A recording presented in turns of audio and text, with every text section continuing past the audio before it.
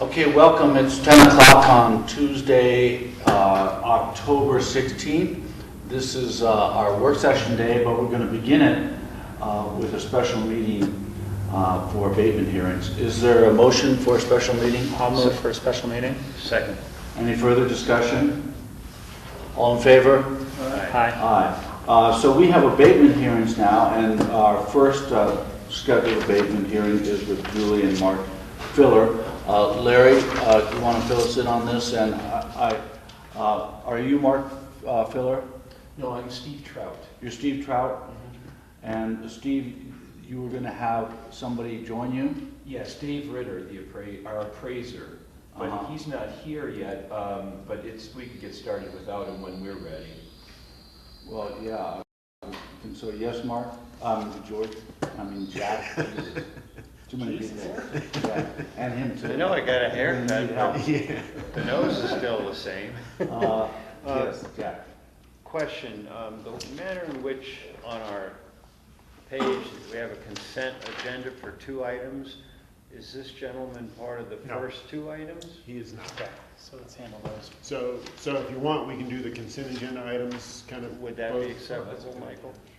On my, where is it, on the abatement hearings? Yeah, you scroll It's on document. beyond the summaries. Okay. It's on this one, Michael, if you want to just look here on the back page of our memo. Okay. I didn't get that far. So we have a hearing order for abatement hearings approved, and so that's under a consent agenda? I'm having trouble. Okay, so we have two abatements where the assessor's office has recommended approval. And the only reason those are here is because the amount of the refund is greater than $10,000. Okay. So essentially, we're just asking that you approve our recommendation to approve those abatements. The first, the fillers, involves a property that had new construction. And at the time the house was added to the property, there's an abstract code which ties to the assessment rate. And that abstract code was mistakenly not changed to residential at the time the new house was added. And so the value of the land continued to be assessed at 29% when it should have been assessed at 7.96%. So this abatement is a correction of that data entry error. And Ashkenazi Aspen?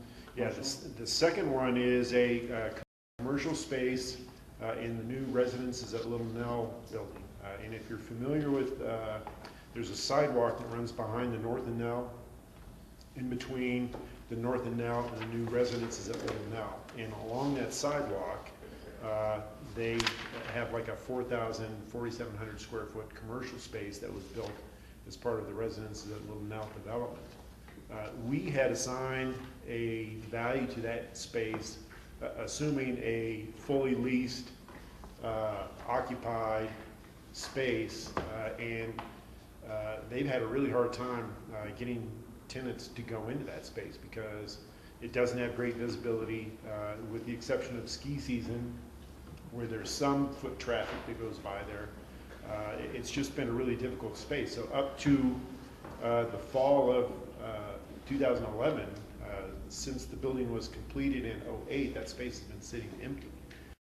So they finally got some people in there with what I describe as introductory leases, basically a lease sufficient to cover the expenses associated with the space, I think in the hopes that they would get a business established, and then after the initial term of the lease,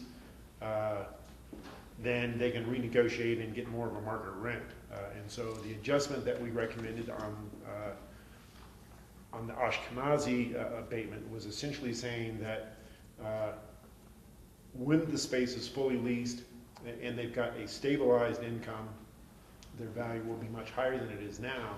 But because it's going to take a period of time to establish that stabilized income, we've recommended adjustment as far as this abatement is concerned. To give you an idea, well, I don't know if I should say, because their income is confidential information, but the current income for the tenants that are in there, I would describe as being well below, market rates of, where you could get even in the Northern L building across the city. So anyway, that was our recommendation, and then with the intent of following up in the future as the space becomes fully occupied and they have a more stabilized, income. So anyway, those are the two that were that the assessor's office is recommending be approved, and so we're just asking that the commissioners approve our recommendation. Jack? If it's okay with the chair, I'd like to make a motion to approve the consent agenda. Is that okay? I'll second that. Yeah, I'd like to move to approve 2 items for the consent agenda, Julie and Mark Filler. Item, schedule number 14852. Second, Eskenazi, Aspen Commercial LLC, schedule number 21279. And Second. okay. Any further discussion? And Yes. just, I think just for the record that it's a motion for approval of the assessor's refund. Recommendation. If that's necessary, I certainly would amend my motion. All in favor? Aye. Thank you. So now we're moving on to real business, is that what? Correct. Okay, Hearings. excellent. And Steve, will you introduce yourself again? Yes, my name is Steve Trout, and my last name is spelled Traudt, and I am been in commercial real estate for 20 years, and I'm here on behalf of the Mountain House Lodge as their agent to try to correct the value on the 2010. Okay. So Larry, you want, we'll have Larry lead off and then you'll respond. So Larry, you want to lead off on this? Sure. The current value, well, let me back up a step. This is an abatement for tax year 2010. The valuation date for tax year 2010 is June 30th, 2008, based on the sales that occurred for the 2 years prior to June 30th of 2008. The value that we have assigned to the subject property is $7,956,000, and essentially, the assessor's position is very simple. The subject property was purchased in that relevant time period for $7,980,000. It sold on July 27th of 2007, so essentially a year prior to the June 30th, 2008 valuation date. And essentially, as far as the assessor's office is concerned, they established their value based on what they paid. And so based on their purchase price, which is actually slightly higher than the assigned value, the assessor's office has recommended that the current value assigned to the property be upheld. And that's really, it in a nutshell. Okay. Any questions for Larry? Yes, Rob. The purchase date was a year prior to the evaluation date. Is there a adjustment that would happen from 2007 to 2008? For residential properties, we actually applied a positive adjustment to account for appreciation that occurred between the date of sale and the June 30th, 2008 valuation date. With commercial properties, we didn't have a large enough volume of sales to establish a statistical rate of appreciation, and so we're using the sale at face value. I think intuitively how you could probably look at this sale is that for the last half of, if you think back in time what was going on during that time period, that was a period of an extremely strong market. And the last half of 2007, in many people's mind, was essentially the peak of the market.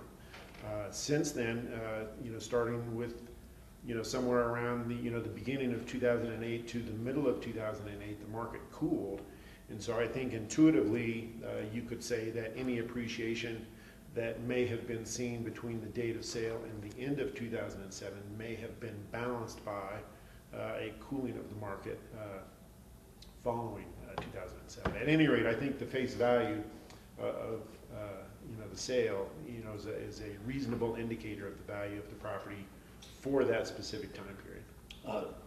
George? So Larry, if the property actually sold in 2007 for 7,956, the recommended appraisal price is 7,980. Vice versa, it's sold for It's reversed. $7,980,000. It sold for 7,980,000, and the actual value this year, 7,956. So there is a slight decrease. But how did you come up with Well, that? I think the values that are assigned in the assessor's office are in large part assigned by a mass appraisal model.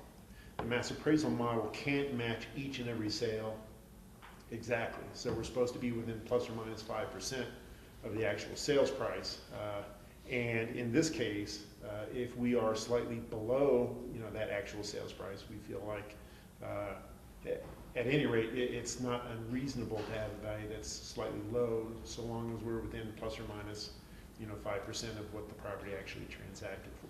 So then, when you use your model to determine the assessed value, are you aware of the sales price, and does that come into your sort of subjective basis? No, we absolutely are aware, because the sale essentially establishes the target that we're shooting for. Okay. But if, for example, in a pool of properties, to use a single-family residential example, if we are assigning values for 8 sales on Red Mountain, the model can't hit all 8 sales exactly on the mark. There's going to be a little bit of a spread. Some are going to be the model will generate a value that's a little bit high. Some will generate a value where the model value is a little bit low. So long as the median of that pool of sales is within plus or minus 5% of the actual, sales, then that's the degree of accuracy that we're required to meet statutorily. All right, thank you. Any further questions? Yes. Yeah, clarification, Larry, what is the time period? I mean, The we're looking sales, at here. the tax year is 2010. The valuation date is June 30th, 2008. And the data collection is the 2 years, so it would be essentially July 1, 06 to June 30th, 08 is the period from which we reviewed sales for that tax year. Steve, do you want to respond? Sure, I'd just like to say a couple things regarding Larry's statement. And number one, you'll hear in my presentation that really the model, the mass appraisal model was not in play here. I would think what was more likely that happened, because the assessed value doesn't match the sale price exactly, is maybe there was some personal property, beds, washing machines, things like. It's only there's only $20,000 or $30,000 difference. It wasn't like the mass appraisal model was churned and got a number and then it was cross-checked with the actual sale price. But a big part of my presentation talks about that, so I just wanted to clarify that. And we had a conversation to that effect yesterday, Larry and I, anyway. And then I would say that also the data collection period is for 2 years, from 2006 to the middle of 2006 to the middle of 2008. And then so we can't use any other data, especially data that happens after. We can go back and use data that was prior to that if we have a limited number of sales. But we can consider material changes to the property in those given years. So the assessment date is actually, when we're taking a look at the physical condition and things that happen specific to this property, we're not dealing with any more data, but we're looking at the property specifically. We can look at January 1st, 2009 for 09, and we can look at January 1st, 2010, for 2010. But we're not to enter new economic data. So I just wanted to clarify for that for the commissioners. So I think what Steve is speaking to is you can consider the physical condition as of January 1 of each tax year, but the property should be valued in that physical condition based on the market data as of June 30th of 2008. So where that more typically comes into play is if somebody has done a remodel or an addition, after June 30th of 2008, you can take into account the physical changes to the property, but you can still only consider the market data as of that June 30th valuation date. It may be splitting, thanks for the clarification, and that is true, but it may be splitting hairs a little bit, but I think you can take into consideration the property's position in the market. I mean, if there's significant change in that period of time, it can be taken into consideration. See, and I would disagree with that. So I think that tries to take into account changes in the market after the valuation date, changes in the economy after the valuation date. Well, I'm not using any economic data from prior to that anyway. Even still, so for example, well, I'll let you make your. Well, so those are the things that I just wanted to clarify. Should I give my part of the Yeah, I mean, we're waiting for your presentation on why the value should be different than what Larry's proposed. Okay. I will get into that. So thank you very much for being here today to give me an opportunity to present the detailed information about the Mountain House Lodge property. It's 2007 purchase and sale, which is what Larry referenced, and the 2010 valuation. So I'll go over those three components. I want to talk about the property, the purchase and sale, and the valuation work that should have been done. So anyway, in the recent past, just so you know, a little anecdotal thing, I've stayed in many different places in Aspen, and last night I stayed at the Mountain House for the first time. It was a great experience, really nice people, and I really enjoyed staying there. But anyway, it's not a fancy place, but there are a lot of regular people, just like you and I, staying there, and there were families, there were couples, all of which I think were enjoying themselves, and I'm sure that they were paying only what they could afford for a room. So, it's just not a fancy hotel or lodge. And I think that one of the reasons why we're here today is that it's not fair to burden this property with an inflated assessment, which is what I think we have, and the assessment really should be fair and equitable. As far as affordable housing goes in the city of Aspen, or that whole concept, I think it's a really important concept, and I think the Mountain House plays an important role in providing a low-cost lodging option and a unique experience for the city of Aspen. So we really need to correct the values so that they can operate financially efficiently. So I think we've got one issue. I just want to keep things really simple to keep your attention and to not get too analytical here. But we're here today to correct the 2010 value, and I think when the assessor put the value on the Mountain House, he simply used the 2007 sale price and did not use the typical mass appraisal model that I think is the right thing to do, and which was used for other similar large properties in the city of Aspen. So anyway, I will show you what I think needed to be done and why we should not have focused on the sale, and we should have just applied the mass appraisal model that Larry referenced today. So anyway, the Mountain House property is dated. It's got mechanical systems, the roof, boiler, plumbing, all those things have exceeded their useful life.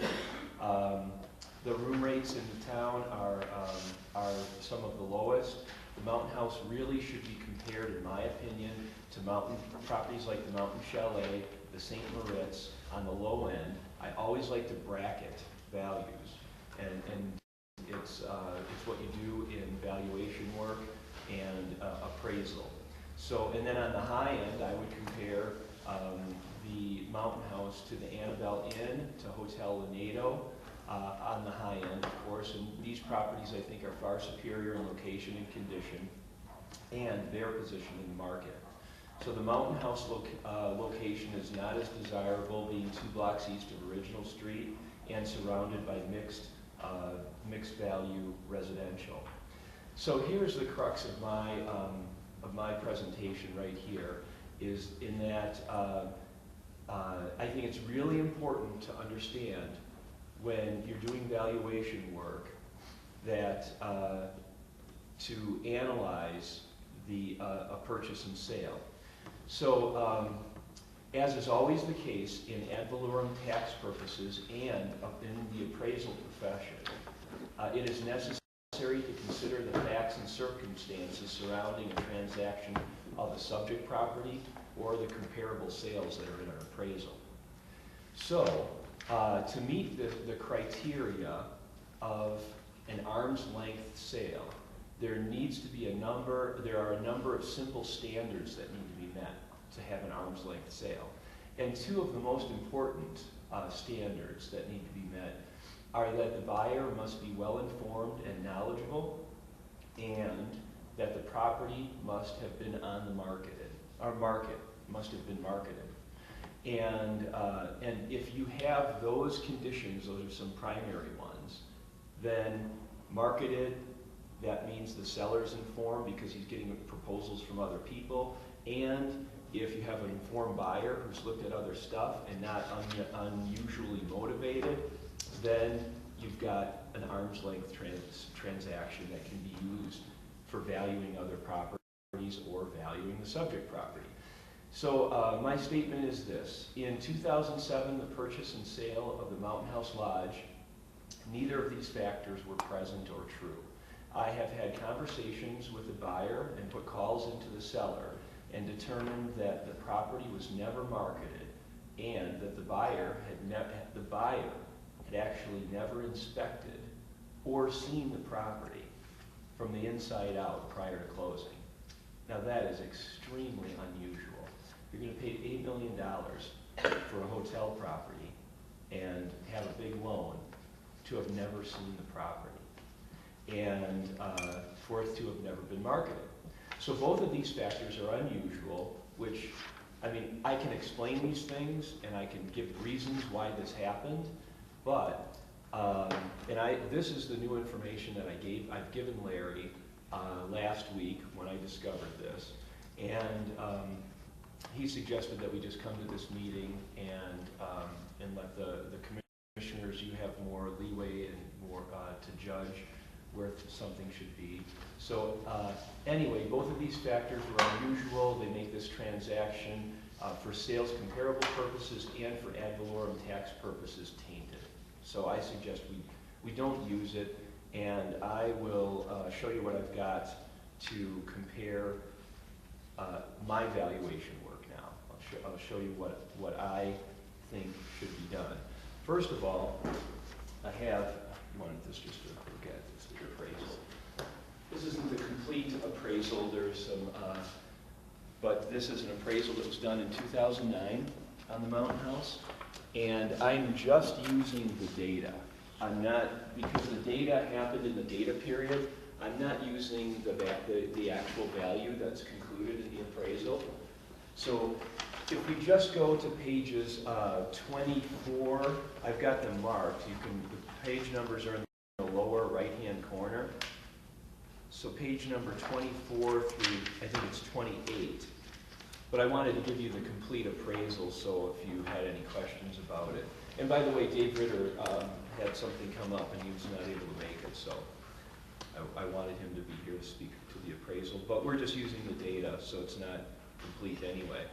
So this is the sales comparison numbers for his appraisal in 2009. So the first sale we're not using, it's the Hotel Jerome. It's in the appraisal. appraisers have the leniency to decide which comps to use. He did not, for good reason, the appraiser did not think that the Hotel Jerome was comparable to the Mountain House Lodge. On the page 25, I've asterisked the bottom of the page, and on page 25, we have the Molly Gibson Lodge, which actually sold on April 3rd of 2011. And so it happened right in the middle of the data period, the same time that the Mountain House had sold. And the two things, the thing that I want you to focus on is the dollars per room. So they paid roughly $194,000 per hotel room. And this is the comp that Dave Ritter uses to put the valuation on the 2009 property. So we know this comp works, it's been verified, it's a similar property.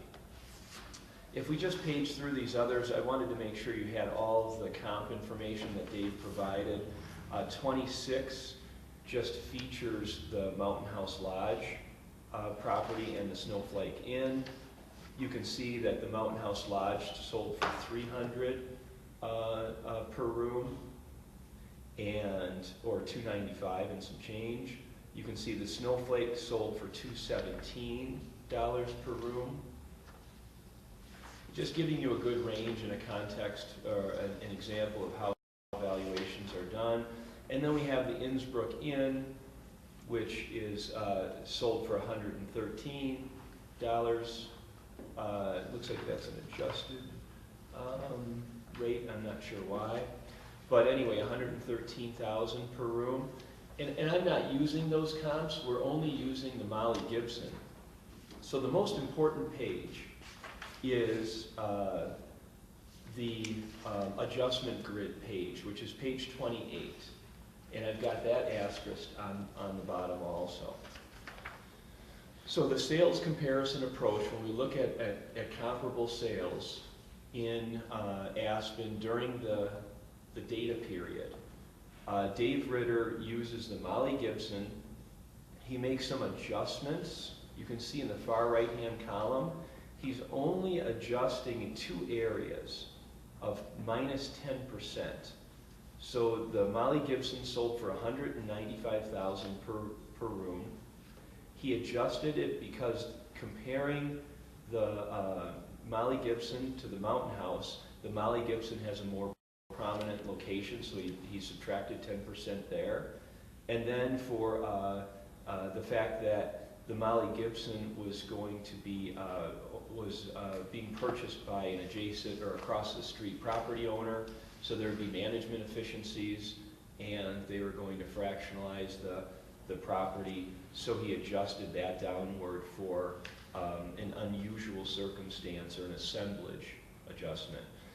So then I've got the, so now we've adjusted the comparable sale that happened in the data period to the subject property, which is the proper appraisal practice. And we come up with $158,000 per room as the value for the Mountain House. And then if we multiply that by the number of rooms, we come up with an estimated value of 5.075 for the Mountain House. So this is good work.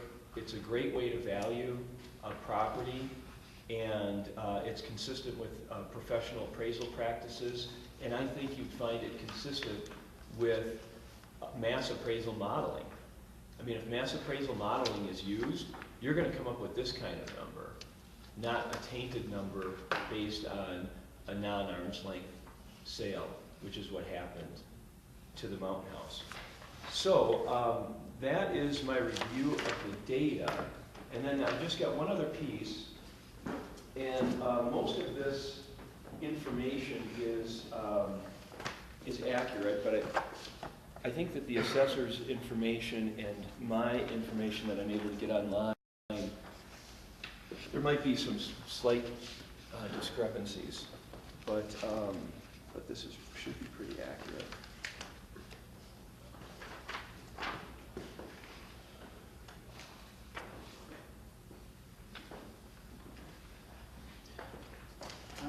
you want to take questions as he's going through, or If you have a want us to question, wait, ask or- it. Yeah, they tie in, oh, yeah, well, go ahead. if you Well, it want. ties in directly to Yeah, this per room sure. pricing, And which that- is yeah. part of your analysis. Sure. So it seems to me that your assumption is that the rooms of a hotel property are directly correlated 100% to the price of the property. Mhm. And I want you to make an argument for that, because to me, that doesn't make sense, because if there was one room in this hotel, Yeah, the property would not be worth $150,000.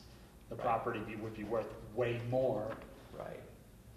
if there's only one room, because Right. it's not just the potential for the business of that existing operation, it's the potential for what potentially might be built there, what someone envisions Sure. in something. Sure. So I would argue that there is not a 100% direct correlation. There's a base value, and then Sure. there's potentially a correlation that is curvature, not directly correlated towards the number of rooms. So it doesn't seem to make sense to me, your argument that you find a per room price and you can apply that to any similar hotel in town, because there is some base valuations that go along with other things. Sure. Well, I mean, it's a fair question. I would say that you're taking that example to an extreme by saying that there's only one. So I would say you've just changed the animal. Well, you're Yeah. 26 rooms to 52 rooms. I'd say those are pretty extremely different in terms of viability for a business. But anyway, But they continue exist. your I think you'll balance that out on this next page. But I think, when I'm selling real estate, my background is selling real estate. I've been a commercial broker for 20 years, and I've been doing valuation work, assessment appeal, and review work for about 6. But as a broker and a transaction guy, I mean, I create all the data that assessors and appraisers use. If I wasn't out every day doing my work, bringing, sellers and buyers together and creating transactions, there would be no data. So I'm very good. I know this. I know how to do this. It's how I make my living and feed my family. And what we do is we work off of unit prices. And when I'm working on an industrial building or a retail building, it's priced per square foot. And you start with the cost sometimes, and you divide it by the square footage, and you come up with a price per square foot. So we just have a common denominator. And I think in the hotel industry, it's by rooms, because you're going to create income by renting out those rooms. And so there is a relationship. And it just becomes a way of comparison. And so it stands up. Dave is a fan. This appraisal report is very, very good. It's very thorough. And I think the assessor makes comparisons all the time like that. So Rob, I don't know. I hope I've answered the question a little bit. It's sort of, I hope you're not throwing it all out. Just. Well, I would also make an argument the other way. I own a restaurant. Okay. The 100th seat is more valuable than the 99th seat because your overhead is already paid for. Sure. Same thing with a hotel. Sure. Your 52nd room is more valuable than your 50th room Some because efficiencies to that too. you have efficiencies to that. Yeah. So that's not calculated into yours, and I would have made an argument that because it's a 26 room. If you really analyze and break it down, and it's fun. I mean, I love doing that, and it's nice to check your numbers. But yeah, I think that's an interesting way to look at it. Well, so what I wanted to do. Oh, you can finish up. Yeah, so I just wanted to go over this last sheet because it ties everything together, and actually I think it speaks to Rob's question. It should give him a little comfort after this. What we do in appraisal and in valuation is we bracket things. We find highs and lows. We don't want to find something that's all better than the subject property or something that's all worse and make adjustments upward. We like to bracket values. And so we're really focused on the 2010, which is in the middle of the page. And but I'm tracking 2011 just to show you where those values are and how they relate to 10. But really, the focus should be on 2010. So I'm showing the Molly Gibson with an assessed value of roughly, you know, 8. Well, it's there. They've got 53 rooms, and we're showing that at $165,000 per room. Hotel Aspen, once again comparable, 45 rooms. They are higher, but definitely a newer and nice property, which stands tall on the corner right on Main Street. The Tyrolean Lodge, which I would think is comparable to the Mountain House in a significant way.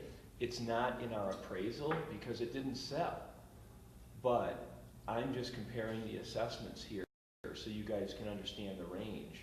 And then we've got the Annabelle Inn, which I must say I think is a fantastic property. It looks good, it stands tall, it's new in 2004 basically.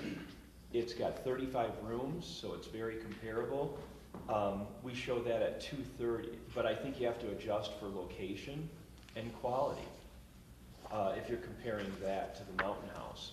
And then the Hotel Lanedo, which is smaller. I think it has a better location, and it's higher quality, higher room rates. And so you're seeing this range from $165 in 2010 to $230 per room night, or per room in assessed value. Now the Mountain House Lodge in 2010, and why we're here tonight, or today, is because they're at 306, okay? Something does not seem right, gentlemen. $306 per unit. Somebody messed up. And that's because we have a non-arm's length sale. So anyway, my position in this differs slightly from my original position, but I am requesting an abatement to the value of $5,075,000, which is basically $195,192 per unit for 2010 tax year. And take any questions if you got them. George? I got a couple questions, and maybe it's to Larry. Larry, again, for this, for your evaluation, you used data collected from July 6 to June 08. Correct. Correct. And so that was, as you stated, and I certainly concur, that was when the Aspen real estate market was at a peak. And probably later in 2008, 2009, 2010 is when we saw a substantial decline in the real estate market here. I would agree with that. So then, so you using some of this data from 2010, 2011, you can't really use this because it's a different time period. It's not really relevant. That's correct. And just, and you may not be able to answer this, but just curious, the numbers that we see for a assessed value for the Molly Gibson, yeah, for the Molly Gibson was done in 2010 or 2011. Well, I think what is being presented here is the 2010 values that are being shown are supposed to reflect the June 30th, 2008 level of value. Yeah. So my question then is, and you, again, you may not be able to answer this off the top of your head, but would you concur that that the assessed value for the Molly Gibson 2010 is at $5,075, which is what is on this appraisal on page 28? 5 million, George, is that what you meant? 5 million, yes, I'm sorry. He's comparing that to the appraisal. That's what he's saying. Because you're just in the process now of looking at 2008 to 2010 for the 2012 evaluations. You go back 2 years. For the tax year in question, we're looking at June 30th, 2008. No, I understand that. 06 to 8, so I guess I'm not sure what you're asking. Well, I'm just curious, because in this appraisal, we're getting an appraisal for the Molly Gibson of $5,075,000. No, it's not, the appraisal's for the Mountain House. So I think the $5,075,000 is what they are representing the value of the Mountain House to be, using the Molly Gibson as a comparable. That is correct. Okay, but we don't see the sale of the Molly Gibson. It's on page 25. I missed the stuff here. So page 25. So the sale of the Molly Gibson in what year? It's shown on the lower the lower quarter of that graph. 07. Yes. April 3rd, 2007. And it's sold for $10,100,000. So it's during that sort of that same time frame. So that's sold. Molly Gibson sold for around $10 million. It's being used as a comp, Oh, yeah. and the comp, the assessed value that the assessor's office came in for that same period Yeah, is $7,956,000. So your assessed value for the Mountain House in the same period of time when the Molly Gibson was sold is still substantially less than the cost of the Molly Gibson. Am I making myself clear? Correct. Correct, okay. Oh, I no. just want to make sure No, that's we're not- looking at that's- apples to well, apples here. That's not correct. It's at 306. It's more than 50%. I'm looking at the total sales price. I'm not looking You're at the cost looking per at unit. the sales price as opposed to the value assigned by the assessor's office. Yeah, but if we just took the Molly Gibson's sales per unit and I'm not looking at sales per unit. I'm just looking at the sale of the property in its entirety. And so what you're saying is in 2007, the sale of the Molly Gibson sold for $10,100,000. That's what they've represented here. Okay, and during that same time frame, you had a sale of the Mountain House, and the Mountain House sold for $7,980,000. $980,000. So there is a fairly good difference in price range, taking into account the location of the Mountain House, the number of rooms, the quality, Correct. And if I and the could, amenities. Because well, I'll let you guys finish with questions. because the Molly Kitchen has an outdoor pool, it's got jacuzzis, it's got some other amenities as well that the Mountain House does not have. And I'll speak to that when I have a chance to. Okay. All right, I'm just trying to clarify the dates, time Correct, frame. yeah. Jack and then Robert. Yeah, a question, Larry. Okay, this conversation has evolved around 26 lot rooms for the Mountain House. How do you add the value of employee units in there? I mean, there's substantial value in Well, employee units. for because the they are deed operation. restricted, they don't have market value. We have Right, but added a they're- residential component, so that 7 million, the total value that we have includes a residential component that reflects the value of the affordable housing units within the Mountain House. I haven't broken it out as a separate line item, Okay, but we do have a separate amount broken So I out. understand there's the commercial value, quote unquote, the hotel. Correct. There is the residential component. The sum total of the whole equals The assigned value. the assigned value, which you're saying is 7.9, I believe.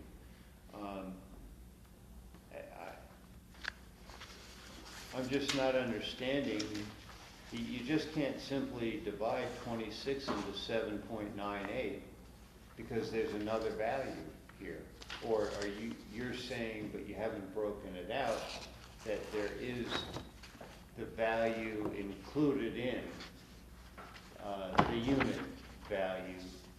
The sum total of the commercial and the housing is actually lumped together. That's how you Correct. analyze That's it. how the price per room as represented is being presented.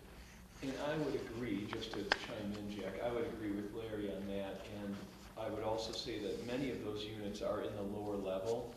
They have sewer backup issues, they have, accessibility issues. I mean, they're really, that you wouldn't be adding them to the room count. And then plus they're deed restricted and, it's a little, it creates a little bit of a wrinkle, but I think it still is a good way to look at it here. Michael, may I go?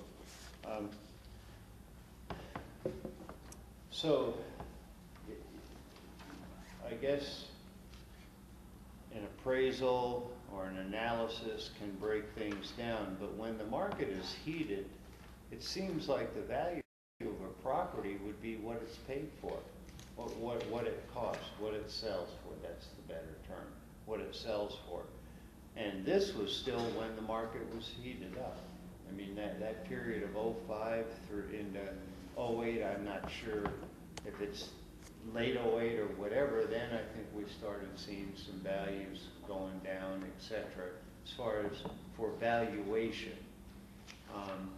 And it seems logical that in a market when a buyer buys a property and pays an inflated cost because properties are inflated at that time, that's a significant factor. You can break it all down as any way you want, but the bottom line is what it's bought for.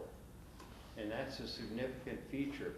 So for me, the question in this hearing is, are there facts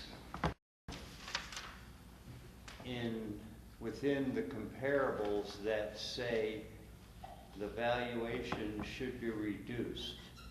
And I guess that's why you're here. And right now you haven't convinced me that there is I know mathematically, and I just did it to check, statistically there are differences in, say, the Gibson and the Mountain House Lodge. But the fact that the owner paid that was what the market dictated when he wrote the check, or however, when he purchased it. So I'm unable at this point, because I want to hear further information in this hearing, unable to say that I feel very comfortable in reducing the value. So that's really what I want to hear, not only statistics, but to me the understanding of what the market was doing is very significant at this time period and in this state. If I can speak to that, I would say that is what an appraisal does. We had a sale, we had a sale that shows, which is the Molly Gibson sale. It's in the same data. It's a couple months after before the subject property sold. It makes a lot of sense to use that. I can tell you that all I want is for the mass appraisal model to be used on the Mountain House to get its value, instead of just drilling down on a sale that wasn't arm's length. I think the Molly Gibson shows where that value should be.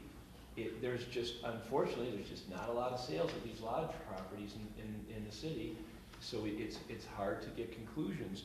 But to draw these conclusions, but you've got a great one in the Molly Gibson, and I can tell you that the Mountain House was never used as a comp to model any of these other properties.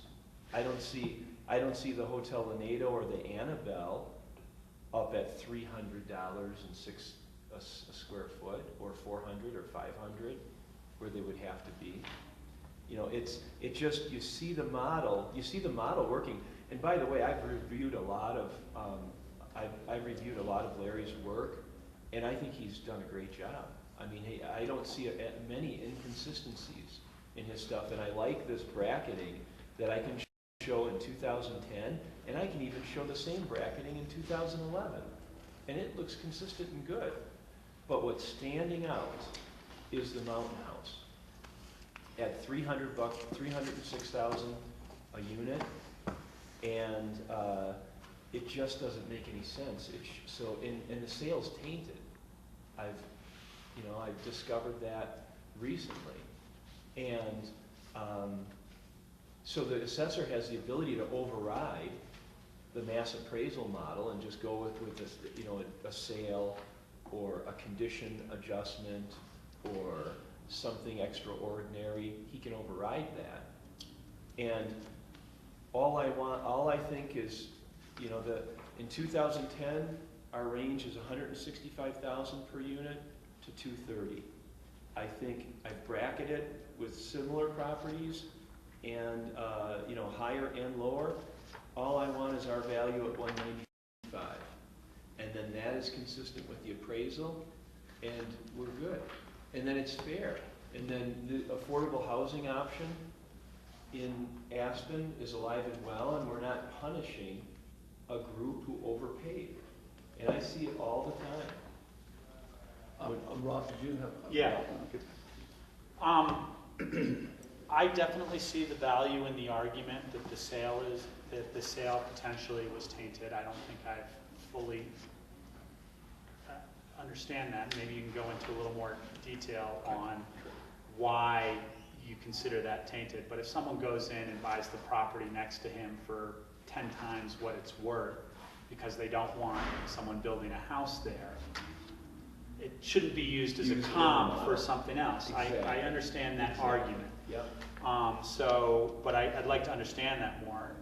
Secondly, I understand the argument that the price per room is high compared to these other hotels. But lastly, the basis that the price per room is directly in relation to the value of the property, to me, is just an incomplete argument. And it's great that you're making that argument, but it's completely incomplete in the sense that you have to take out some base valuations, you have to value other things that are considered regarding the property, and none of that information has been presented to us yet. So it's impossible for us to just say, okay, we're just going to throw out the stuff that wasn't given to us and give a valuation based on per room value. I mean, I could use this per room value as a piece of the puzzle for lowering the valuation if I had the other stuff. But I'm not going to use it solely as the only valuation for lowering stuff, because I think there's value to a piece of property that somebody thinks that they can develop with a more advantageous cash flow going forward in a way. I think there's value in the land as a base before you get to the room. I think there's value in goodwill. I think there's value in whether the Molly Gibson has a pool and this other property doesn't have a pool, and how that could be used as a future source of revenue for the annuity going forward on the continuing operations of a hotel or something.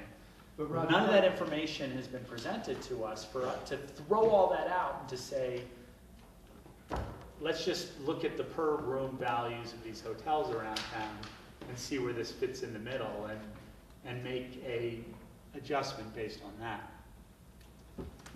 So that's kind of where I stand. It's more thoughts than questions. I'll if get you, anybody wishes George. to address Larry? those. I was just wondering if I might have a chance to do a little bit of rebuttal, and maybe I can hit on some of these points. Okay, let George And one question which you can fill in as part of your presentation. I thought when you first started your presentation, you said that you did used a model, a mass appraisal model. Correct. Correct. So you did use that model with the applicant is saying that that mass appraisal model was not in play in terms of your appraisal. And I'm not sure. Okay, I just want to clarify that Right. you did use the mass appraisal model. Correct. And essentially, this sale was one of the sales that was used to calibrate the model okay. As a means of, assigning the value. Do you have a burden of proof for that? I mean, really? You could just All say right. that? and Just a second, Steve. The way we run this is that you make a clear presentation to us, and we allow our assessor to make a clear presentation to us, and he's doing a rebuttal now, but we're not going to get into an argument with you and our appraiser. You're appearing in front of us. And so if, after Larry speaks and you want to respond through us, to us, that's fine, but you're not going to parry the two of you at that desk. Okay, Larry. Excuse me, Michael, I'm wondering if I might ask a question, and it might be relevant then, Larry, very quickly. Larry, properties sell for what they sell for, but their potential is important. And the highest and best use is my question. This was bought for redevelopment, and my question to you would be, does that have any reflection on how you value the property? And in your presentation or rebuttal, you might consider answering that. Okay. All right, so a couple of points. First, as to whether or not the sale is an arm's length sale and represents a reasonable value for the property. Arm's length transaction, in my view, is willing buyer, willing seller, neither acting under duress, both acting in their own best self-interest. And I think this sale qualifies in that regard. Regardless of how they came, the purchase price was fully negotiated between buyer and seller. Each was acting in their own best self-interest. And in that respect, I feel like the purchase price that was paid reflects, the value perceived by the buyer at the time that they wrote the check. To support that, there was a deed of trust that was issued on this sale, and there was an appraisal that was done at the time by Randy Gold with Aspen Appraisal Group that supported the purchase price at the time that the transaction occurred. We have not seen a copy of the Randy Gold appraisal that supports the $7.9 million purchase price. I think Jack hits the nail on the head in that I think to a degree it's a question of highest and best use. And this goes, to the point that Rob was making too. If you've got a small lodge and a large parcel of land, that has the tendency of inflating the value per room if you look at just the price of the individual room.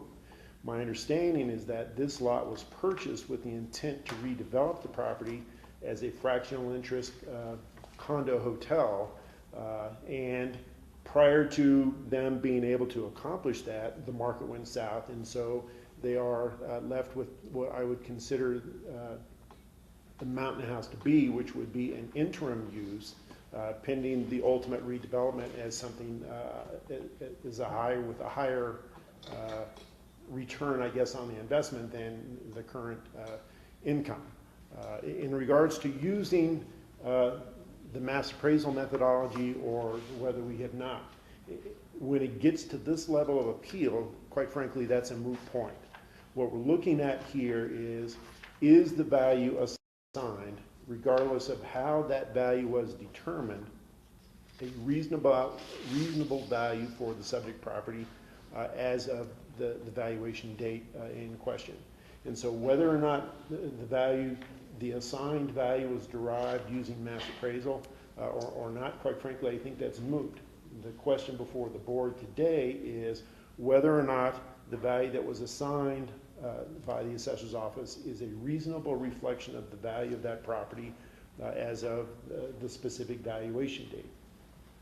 And in my view, I feel like you have to look at the sale because I believe it was willing buyer and willing seller. I believe the price was negotiated between the parties.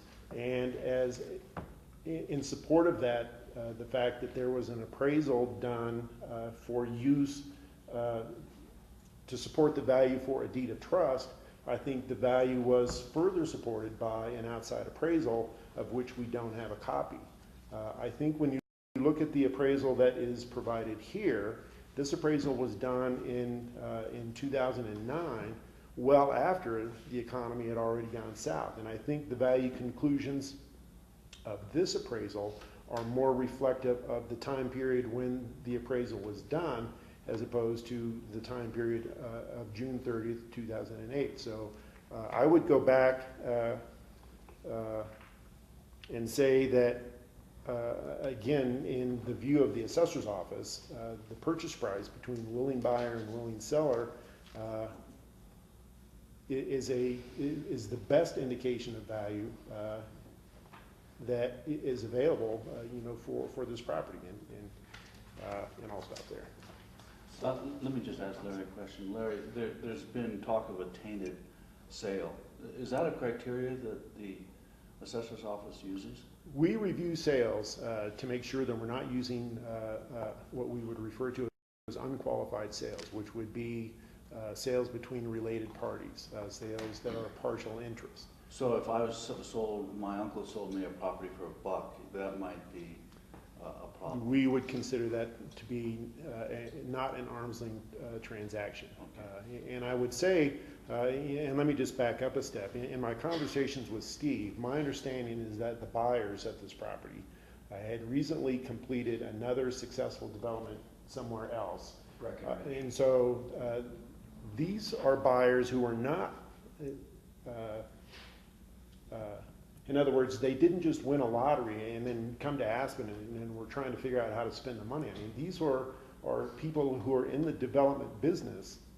They were, having done a development in Breckenridge, they're knowledgeable of the resort markets in a general sense, and how they came to select the Mountain House as a purchase. I don't know how that all occurred, but to characterize the buyers as unknowledgeable and not fully knowing what they did when they made essentially an $8 million purchase, I think is a bit of a stretch. Okay. George? Yeah, I'm just going to make some comments because we've been going at this for quite a while now, and I think I've got a pretty good picture and understanding from both sides. To me, I would agree with Larry. I don't believe this was an arm's length sale. I think the buyer and the sellers went into this negotiation with good faith. Again, looking at the appraisal that Dave Ritter did, looking at the same time frame that we need to look at between July 06 and June 08, we've got a comparable with the Molly Gibson for that same time period, and to look at any other information beyond that time period is really not relevant because that's not how we're assessing our values. So with that, I would put forth a motion to uphold the appraisal's evaluation for the Mountain House. Thank you, George. Any other? I'll second. Second, I was that a motion, George? It was a motion. Okay. You'll second that? Jack, do you have anything further to say? I believe that there was a rebuttal or a comment that maybe was wanting to be asked before we might move forward. I'd like to have every bit of a comments, bit of feedback we can, and then I would make my comment. Well, there's a motion on the table, so right. So what I'm asking for is further discussion from us. I would only be able to do that, Michael, after I get the last comments from Mr. Trout. I think is the motioner and the seconder comfortable with that? I'm comfortable with Have further discussion after that. George, are you comfortable with that? Yeah, that's So fine. we'll allow Steve to make a few comments. That's what you're asking for? Steve? I really appreciate it. Thank you very much, Jack. I would just like to, as far as my rebuttal goes, I really don't know why this process has to be adversarial. And it feels that way to me. I think I'd like to, be on the same page with Larry and just try to get these values right. I don't want more than what's deserved. I know this business, I know values, I know real estate, and there's been a mistake here. And it's like NFL football, and instant replay and not getting it right. It's just not right. It's going to have negative consequences that, you know, I just don't understand why we can't take a position and I give all this data and this analysis and, you know, we're not going anywhere. But it's too bad, but I'll try to wrap it all up and take another position in a second here. To Rob's point, one of the details of further analyzing properties for comparison purposes, I don't think it's all been done, and we've reduced it into the adjustment grid, into the appraisal, and in our analysis. I'm sorry the level of detail is not there to bring you along, but it's just not. But the simplest thing is let's look at the size of the properties. The Molly Gibson is twice the size of the Mountain House lot, and it's in a way better location. So for that reason alone, if we want to go with the detailed comparison of all of its features and its potential and its highest and best use, you know, we had to smooth over that stuff. It's twice the size, okay? And the Annabelle is exactly the same size. So why should the Annabelle in 2010, which is a better location and it's newer and it's got more rooms, be at $230,000 per room, and the Mountain House that's dilapidated, depressed, and in a off part of town be at $306? It just doesn't make any sense, and that's why we're trying to get this right. So anyway, what I'm asking, you know, what I'm asking is, at the bottom of my page, I have a $6 million number, which puts me at the top end of the range at $230,000 per unit, and that is matching the Mountain House up with the Annabelle. And if we go with the $6 million number, interestingly enough, well, I should say it matches the 2011 number. But and the other thing I want to say is, George, I have not introduced any future data. I have not done anything like that. And I've heard you say that a couple of times, just because I don't know if it's because I have 2011 on the sheet or if I have 2010 assessments. I don't know where the confusion is. I have one appraisal and we're using one comp, and that's all the data I'm using. So please don't say that I'm using future data. I'm using the Molly Gibson sale that occurred April 3rd of 2007. And the only thing I'm saying is that by the time the middle June of 2008 came along, there was some damage done, you know, to this plan that these guys had at the Mountain House. They were already in survival mode, you know, running it as an existing hotel, and their redevelopment plan was not going to get financed, and it was not going to go forward. So anyway, back to my point, I'd like the board to take a proactive position and please try to get this value right. And I would be, as I say on the bottom of my sheet, that the maximum acceptable value for us would be $6 million, which would be $230,000 per unit, which puts it at the top end of the range for 2010. And then this is done and we don't end up taking this to court. Thanks. George, I made a motion. and the motion was to accept the assessor's evaluation, and Rob seconded it. Further discussion? Jack? I'd like to ask Larry two specific questions, and then with the answer, I'll make my comment. Larry, how are you knowledgeable about Randy Gold's appraisal? Have you seen it, or was it referenced in a document, or I think it's just articulated? this property has been appealed, it was appealed through the regular protest period for 2011. In our conversations with, the taxpayers at that time, and I believe, actually speaking with Dave Ritter, just in conversation, I was made aware that there was another appraisal that was done for the deed of trust that was issued at the time of sale.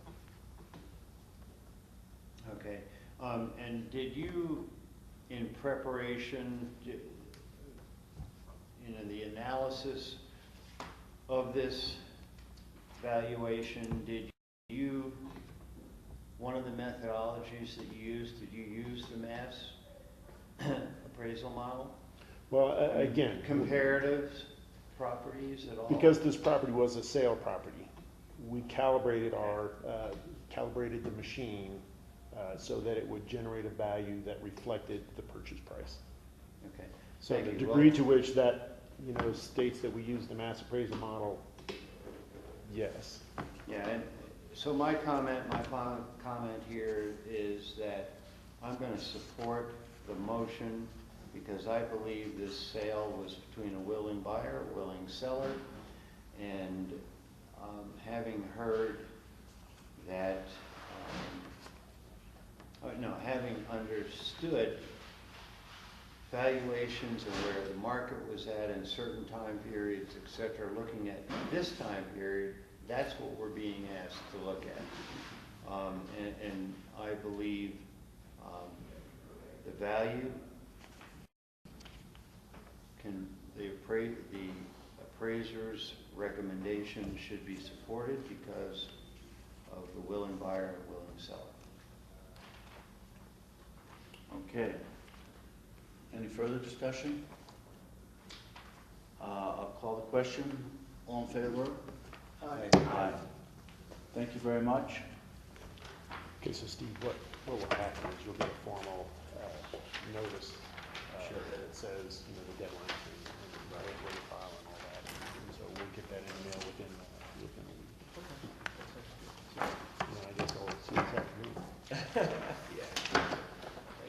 afternoon. Larry, the next, is it appellate, is that what? Petition. Petitioner, is Dan Soderberg. Yes. Are you gonna Dan is. handle that? Yes. In the interest of saving paper and stuff, do you guys know if I back things that misapply for one reason or another? Could I have one set that you handed out for the Sure. minutes? Sure. And I can attach them. Sure. Exhibit. Thank you. I've written notes on mine. That's fine.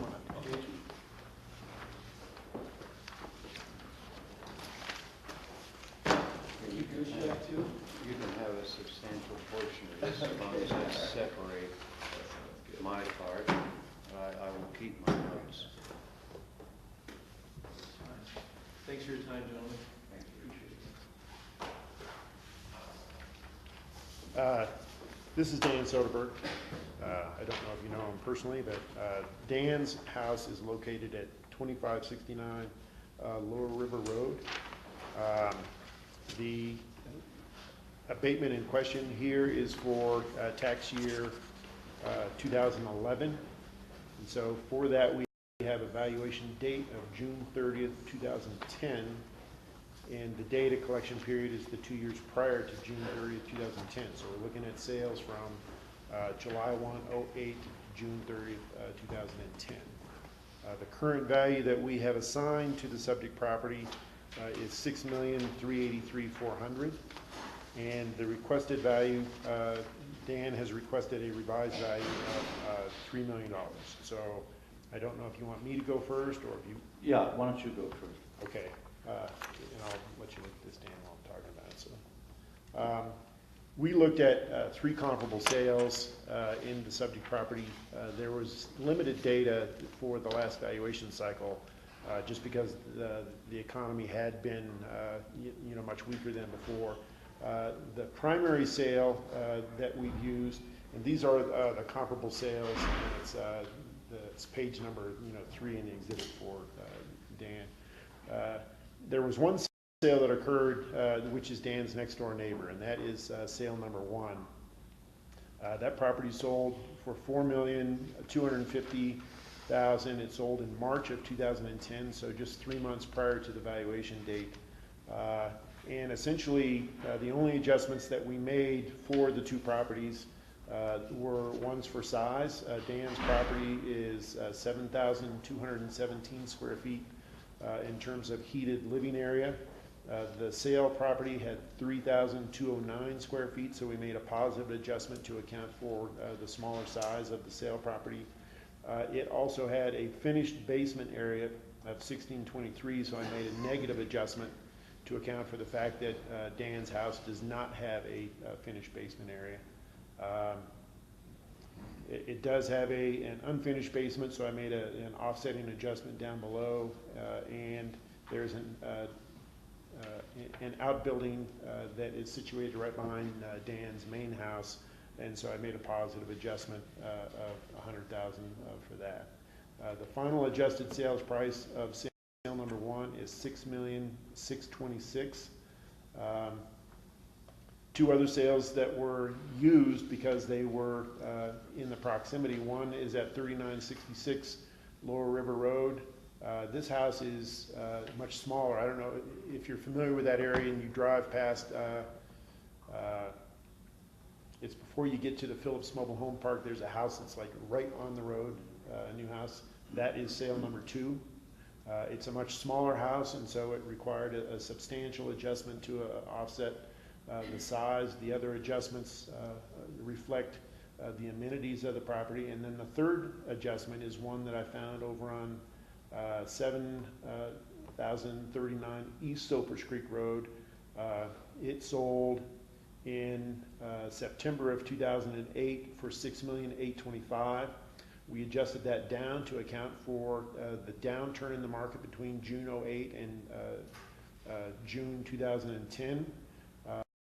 And then again, we made adjustments for the size of the property, the overall quality, and the unfinished basement.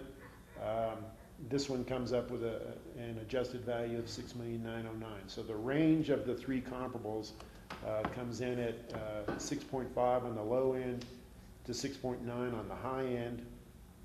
The current value of the subject property is $6,383,000. And again, we feel like the best sale that we had to use was the one right next door that sold in March of 2010. And so, that being said, we've recommended that the assessor's value be upheld. Great, thanks. Dan, welcome, and you've heard our previous discussion, so we'll allow you time to make your case, and then Larry might answer, then you can answer back. So. Very well, Michael. Thank you. Good afternoon and good morning, gentlemen.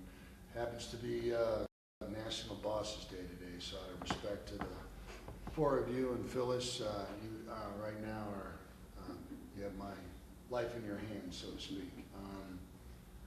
I'm a family man and have been cursed with post-traumatic stress. Both of my parents, an only child, passed away within 10 months of each other, and my dad died April 6th of 07. My mom passed away right after that in February, 10 months later in 08. Both wanted to die at home, so I've been away for about 18 months. And normally I keep a better close eye on the increase of the property values and the taxes, and have lowered my guard due to, I thought it was pretty much over after the funeral, but I realized there's been a lot of years of just adjusting, I guess, when you're really close to your parents. I feel the property is worth less than $3 million. I had it listed with Green Real Estate for $2.5 million, didn't have any offers. We've seen a decline in the neighborhood due to the highway. We all tried to get the concrete barrier to kind of quiet down the sound. They were putting in railroad tie, a guardrail type system. Not railroad tie, but guardrails. Make a long story short, the expansion joints have just deteriorated to the point where they're coming back in right now, repaving the highway, and that'll return until I think somebody decides to do what they did in Glenwood Canyon where they jackhammer the road and put a concrete expansion joints where the bridges meet. And it's just extremely loud and noisy. Deb happens to live in the neighborhood, and I was visiting with her. She works in the tax assessor's office. And the sound alone has just changed the value of the neighborhood considerably. We're right up against the highway. It echoes. You no longer can hear wildlife. People don't want to invest in that neighborhood. There's been really no sales. These that Larry are comparing to, John Davis had gone bankrupt in 2 properties. This one, the second one that he's using right now, which is 2673 Lower River Road, was invested by his girlfriend at the time. They may now be engaged or married. They were falling on their face, and this was kind of an arranged sale, so to speak, to sell the house. It was brand new, has a pool and everything, all the amenities, top 9, just like Davis's old house, which is down the road, currently kind of right next to Meanwhile Ranch. This other property, which is 3966 Lower River Road, were 2 doctors, friends, and the sale again was more of a favor buddy-buddy system. This last property that's over on East Sulphurus Creek Road, I don't know the history on it right now, but it's definitely not in my neighborhood. Every home in our neighborhood has been listed, and nobody's had any opportunities to really be able to sell. Richard Starkey, Ringo Starr, had his house privately listed for $2 million and took it off the market. He can't sell it. Obviously, if you talk to Marty Schlumberger, who lives right next to the road, I mean, the expansion joints are just so loud. They'll obviously be improved now that the road's being paved. But, you know, we just have a neighborhood that was, you know, pretty pristine. You can go sit out on your porch and hear some wildlife and animals and a deer, bear walking around, something just to kind of share life. But currently now it's just, you know, a noisemaker at 4 in the morning in traffic just going through the neighborhood. We've lost some of our value compared to, say, Woods Road that's going up towards Starwood below, Copper Palace that Barbie Benton and her husband George Grotto own, and of course Prince Bandar's old house. You know, it's quiet up there. So just on behalf of what I built the house for was $1.2 million, and the fact that you know, we're taking some comparables where, you know, there was mercy sales. It's just, it didn't catch my eye until recently. I'm putting away basically $2,200 a month towards the taxes, and every year I'm faced with, you know, a sizable tax increase, and I've been paying it, you know, during the time. I'm finally now got my head out of the clouds and over the mourning side of my parents' losses, and I'm here today on behalf of my family and just pleading my case that I had no luck with green real estate in terms of any buyers at $2.5 million. You know, it's just been a struggle right there. Some of these properties have different size property value, acreage. My particular property, we're comparing houses, basically is a 10-acre parcel, and it's just, you know, it's just unfair, and I'm just trying to let you know that during this economy and where we're at, Michael, Rob, George, and Jack, I'm pleading with you guys. I missed some of the, you know, April 15 trying to file my paperwork, and I'm here today just trying to see if I can open up some communication and ask everybody to possibly reconsider. I'm having a hard time making these tax payments, and I'll continue to make them, but I'm obviously here today just telling you we're not even turning the utilities onto the house. Obviously, we built the house with the intention of having a family of 4. That's what my wife wanted. After we got the girl, and then the boy followed 10 months later, pardon me, it was an 18-month birth total. She decided on 2 children instead of 4. So, you know, I pleaded with her to let me sell the house years ago in '07, and, you know, we didn't know where to go. It's one of those situations where you sell and the real estate, you got a family, you're trying to raise them in one place. I'm just somehow throwing myself on the board today, just asking the county commissioners and Larry, if there's any possible way you'd possibly reconsider this inflated value, and if there's any possible way, I can have the abatement at $3 million instead of where it's at currently. Thank you, gentlemen and ma'am. Thank you, Dan. We're deeply sympathetic to your personal situation, but we're actually in a different position here. And we try to be as objective and as fair, not only to you, but to all the landowners and property owners in Pickens County, and try to be consistent throughout. And everybody has their own personal situation. It's very difficult for us to use that as a basis for evaluating the values of these lands. So, but we're sympathetic, believe us. Rob and then George. I have two questions. My first question's for Larry. The living area adjustments on these comparables, and again, this kind of gets back to a little bit what I was talking about with the room thing. Is that and I only did the math for one, $601 per square foot.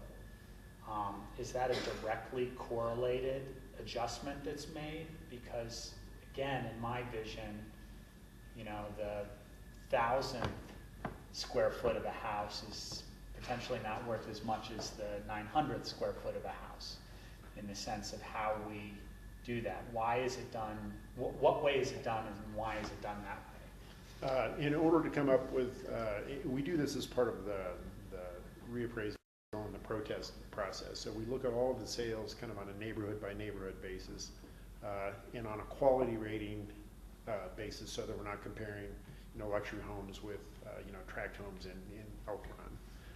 In each economic area, we take the sales that occurred, divide them up by quality. And so if there are 10 sales, our quality rating is on a scale of 1 to 7. Dan's house is on the scale, it's 5 on that scale of 1 to 7. So we break those sales down by quality rating. If there are 5 sales, 6 sales that have a quality rating of 5, we subtract out the land from the purchase price to get the residual building value for those homes. Divide that by the heated living area of those homes in order to get a market-derived price per square foot of the homes that have sold. We take the highs and the lows out, you pick the median of that range, and that $600 a square foot is essentially the middle of the pack for the homes in that economic, of that quality in that economic area. And so then we apply that. And the homes vary, in size. Typically, the higher the quality, they tend to be larger homes. But we feel like since the price per square foot that we've used for the adjustment was derived from actual sales, that it was reasonable to use that to account for the difference in size. I had one other question for Dan, which is, you had the house on the market. When was it on the market? How long was it on the market? And what are the details regarding, how you had it listed and that sort of stuff? There was a real estate sign placed out front. I would have to say the range on that might have been about 6 months. We were pretty stressed over the fact of the economy and where we're at. Obviously, we haven't put a whole lot of money away. This is, again, personal for the college funds. My mom happened to change her will and lost everything. That's a whole nother story. So just regarding the listing, did you have it listed with a broker? You had it listed at Green Real Estate. At $2.5 million, and what were the dates that it was listed? I could get those for you, Rob, but I would have to say, I pulled the real estate plug on that right maybe in July, I think, sir. July of this year? Yeah, July of this year. So it goes back approximately into, say, maybe April of 2012, April, May, June, July, and then, you know, there was so about So the beginning of this year, Yeah. 2012. Yeah, Yeah. and, you know, on behalf, I don't know when I jump in here, you know, I struggled, and I had the house originally paid off. I did a commercial loan on the property, and I've had two banks, which I feel, you know, I was kind of delighted to see these appraisals that I'm currently not in my hand right now. I actually didn't know what I was coming to. I left here not realizing I'm in front of the county commissioners. I'm a little nervous, so please accept my apologies. I went to Larry saying, I think they're having a meeting in there and we don't have our room. So I didn't, you know, when I've done this in the past, it's been Tom Isaac and a little different deal. Long story short, I was kind of honored that I had a $4 million loan a year ago and 2 years ago from, you know, the banks. They usually favor, you know, a little higher appraiser compared to, you know, I hired my own appraiser to appraise the property.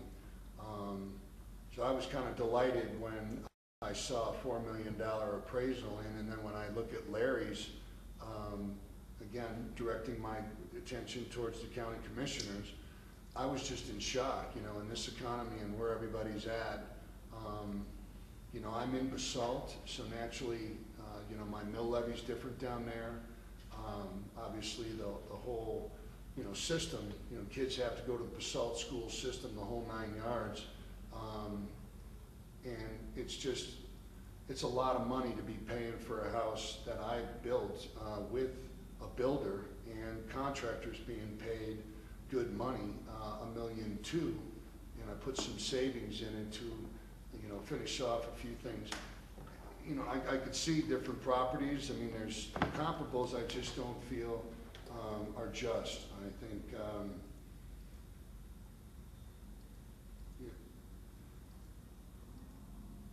I don't know how to really communicate here other than just to say it doesn't make a whole lot of sense. You know, I just don't understand how my property can go up in value when everything I'm doing right now seems to be going either down in value or $5 in gas prices. I have a little snow removal business. Heck, the first time in 7 years I put a 10% increase. You'd be surprised how many people are calling. You know, Jack the Butcher on the corner to everybody. It's like, yes, no problem. You know, bring it back down. I'm just trying to let you know insurance prices are going up. We kind of got it on both sides right now. People aren't paying. You know, I have a company. You wait to get paid. It's just been a struggle. You know, everybody has been quite scared due to this real estate market, and I'm just glad we're here today and it looks better. So, you know, my hat's off to you gentlemen. You have a lot of work in here. I don't want to take up any more of your time. I'm just kind of emotional over the whole thing, just trying to be able to make these bills every month, and I'm just asking for some mercy to tell you there's only so much money that Dan Soderberg can make, and it's just killing me right now. I don't know what else to say. I just don't see the property values at these prices. I just don't see them. It's not a correct value. It's just outlandish is all I can say. I'm just asking for some mercy where if you gentlemen use some common sense and just be aware that, you know, I've got appraisals from banks that were two of them in the $4 million range. Obviously not this year, but this was back when the economy was, when Larry's referring to 08, you know, I needed to take some money in order to survive, and I regret it, but it was necessary. Soderberg's needed $1 million in cash to survive, and I had some lawyer fees and such from my parents' passings. It all disappeared. I paid half of it back, luckily somehow, and I've got another half that needs to be paid back, which is in the tune of about $800,000, $850,000, and making payments on that, and just here, just letting you know it's not an easy picture yet. You know, we're still in the service industry. I'm billing out 60 days later and waiting for my money, and people are, you know, people are people right now. Everybody's holding on to their dollar. I don't have the luxury of, you know, getting paid right when a job's done. We're trying to do that, but it's just brutal having your paperwork organized. I'm gonna live here and I'm gonna continue to pay these bills, but I'm just asking for some mercy. I think the abatement should be at 3 million, not at 6, 7, or 6, 8, wherever we're at right now, sir. Thank you, Larry and the gentleman. Dan, thank you. And any, yes? I have one other question for Larry, which is, Dan made an argument about the noise from the road, and is that, how are these comparables maybe take that into effect? Sale number one is immediately next door. Next door. In which case they're subject to the same, impacts from the highway that Dan is. And so I think that's really, in our view, is the best comparable, during this time period. And what is the time period? July 1, 08 to June 30th, 2010. So that's when the value of this property is fixed, essentially. Correct. And then the taxes, when are the taxes due for that? The taxes are due at the end of each calendar year. So the 2011 taxes are the ones that were levied in January of 2012. So he's already received the tax bill for 2011, and that's what he's requesting the relief. Right. So the evaluations precede the actual, when you pay those taxes, you're actually paying taxes 2 years previous, for 2 years. For an evaluation date that was Yeah. 2 years prior, correct? So it has nothing to do with right now. That's correct. Okay. George or Jack? Yeah, Larry, I'm trying to understand the situation relative to the location, and I certainly understand your comparables, land use code value, etc. But what I'm hearing is that the road noise has significantly increased. Do you all take into consideration any of the qualities surrounding the environment of the home, the location of the home? Meaning, how does that road impact the value of this property? Well, I guess the best answer I can give to that is that that any impact from if you live next to the airport or some other impactful situation, that the values that people are willing to pay take that into account. In other words, the market dictates the impact of those things, such as the noise or other external impacts on a property by what somebody's willing to pay with those impacts in place. So we don't go out and try to estimate what value impact that would be. We wait for the market to establish that in and of itself based on what people are willing to pay in that location. Okay. As far as the quality of construction, of course the neighbor next door from your comparables is the same quality. And then the two other comparables are of different, different value. Could you explain Yes, the difference? again, using the scale of 1 to 7, the 13, 12 plus, those are codes that were given to us by the Division of Property Taxation. But 13 equates to 5 on the scale of 1 to 7. 12 plus equates to 4 on the scale of 1 to 7. So since those two properties are of lesser quality, we had to add value to those sales in order to bring them up to a level of 5 on the scale of 1 to 7. Yeah, and so in effect, Dan's quality is a higher quality. Correct. So Larry, why do you make it more confusing? I mean, why don't you just use your quality level values?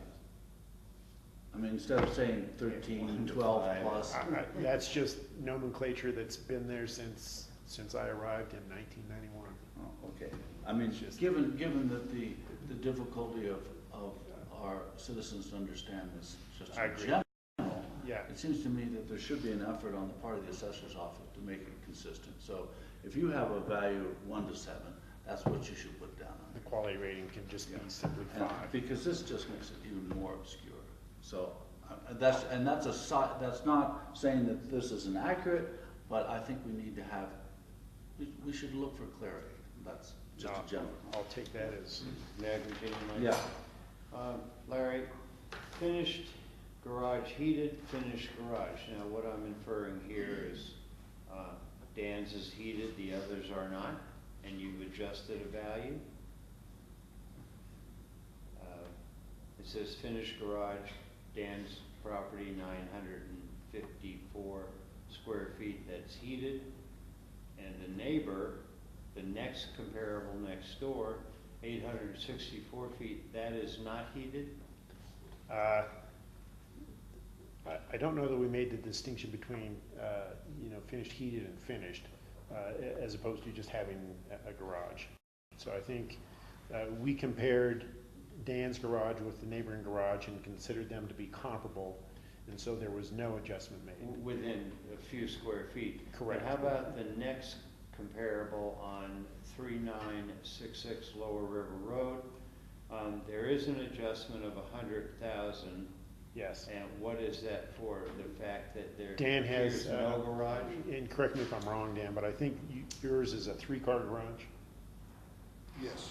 Okay, and sale number 2, the one at 3966, is only a 1-car garage. And so we made a $50,000 per space adjustment as far as the garage is concerned. And then again, on sale number 3, we considered those garages to be essentially comparable and made no adjustment. My last question, I guess, on the acreage. Dan has 10. The neighbor, you consider 2.94 acres as being insignificantly? 12.94. Yeah, but there's only 2.94 difference. Correct. And you chose not to adjust Correct. for 2 acres. Yes, because essentially we've considered, when we assign land values, site values, we don't do it on a per acre basis because we have found that the market reflects a value according to the overall utility of the property, location, views, as opposed to just sheer size. So for example, you could have a 10-acre parcel that is billy goat steep, that has limited utility, that would have a similar value to a 2-acre property that is in a prime location, with superior views. So even though one is much larger than the other in terms of overall size, there may be no difference in terms of the value attributed to those parcels. Okay, and is that an appraiser standard articulated by state law, that you don't look at value of acres? No.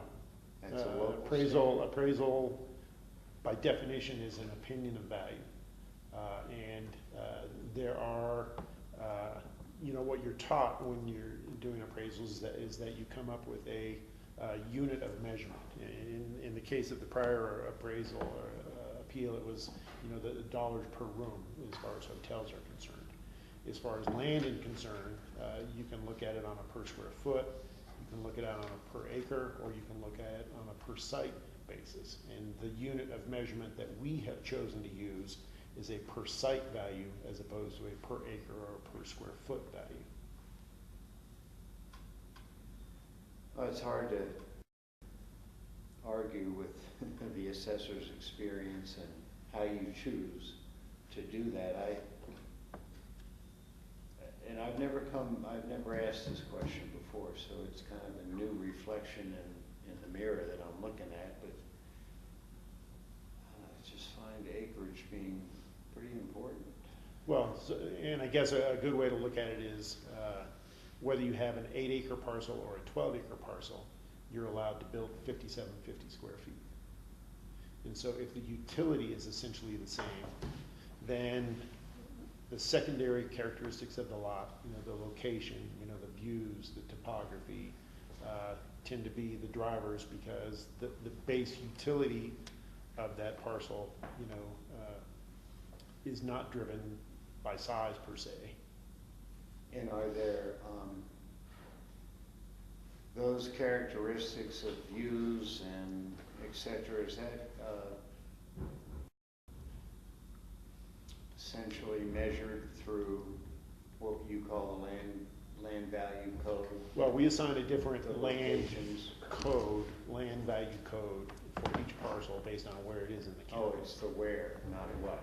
Correct. So we've got one set of codes for Lower River Road, we've got another set of codes for Woody Creek, another set for Starwood, another set for Red Mountain, and so on. Is there is there any value that you equate to a property per what it is? Separate, all those characteristics, the views, the this, the that, residential property, I know when we've appraised, say, Concept 600, which side is it on? What was the value? Right. Is there any value like that for a single family home? No, I mean, that's rolled into, That's the it. value of the site. But that's why, Lower River Road has a different value than Old Snowman's versus Basalt versus Crystal. Right. Thank you. Any further discussion? Is there a motion? Before you motion, may I just say one thing for the Sure. record, please, Michael? Thank you. The property number 2 that Larry is referring to, the 2673 Lower River Road, is basically the better property of the two. I am 2A, and that property is 2B. Jim Gibbons owned that property entirely and kept 2673 Lower River Road for himself. Judge Gruder lived there. It sits about 1,000 feet back from me, and it's also up on a hill. And I also let Judge Gruder build a berm and plant some trees to block the sound. If you were to come by my home, there used to be called the Soderberg Curves right in front of the house until the state straightened out the road. We are sitting down, kind of butted up against that hillside, and have full view of the highway, the tiered highway, and have a lot more impact for the noise. When my house was built, it was 15 years ago.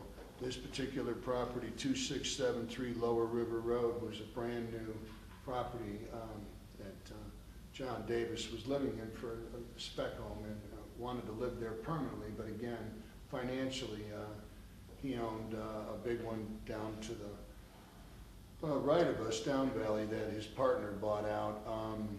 I just want to say that, living by the airport, at least, we have some control of the planes. Living at 2569 Lower River Road and having the windows open at night, the impact has changed tremendously as far as noise, my children being affected. Their bedroom sits up a little bit higher on the second floor and views the highway and can hear everything. So I just, again, wanted to, mention that living by the airport, at least the planes are stopping towards the end of the evening. Our highway, we have traffic flowing 3, 4 in the morning. People are coming up to ask it depending on the day, and it is by far been a huge impact in terms of any kind of resale value. There's just nobody that wants to live on Lower River Road anymore. Everything's listed in the neighborhood and nothing is selling. So I just can only say, the difference in the age of the homes, and just the plea that I just really feel the value has been inflated, and I rest my case, gentlemen. Thanks for allowing me to speak. Thank you, Dan. Yes, George? Yeah, Dan, I'm really sorry for your troubles. This is a hard time for many people in the valley. In my neighborhood, I've seen several of my neighbors lose their homes, lose their jobs. Everyone's going through a hard time. People are on fixed incomes. Seniors are on fixed incomes. But it's not within our realm, I don't believe, to make adjustments for those personal crises, as hard as they are. Our job is to either uphold or uphold the assessor's valuation based on an appraisal method that uses comparable properties or not. And you have not really shown any other examples of comparable properties for us to look at that an appraiser would utilize to revalue your property. So given all that, I would have to uphold the appraisal's valuation. That would make that motion. Is there a second to that motion? I'll second that motion. Any further discussion? Yes, Jack?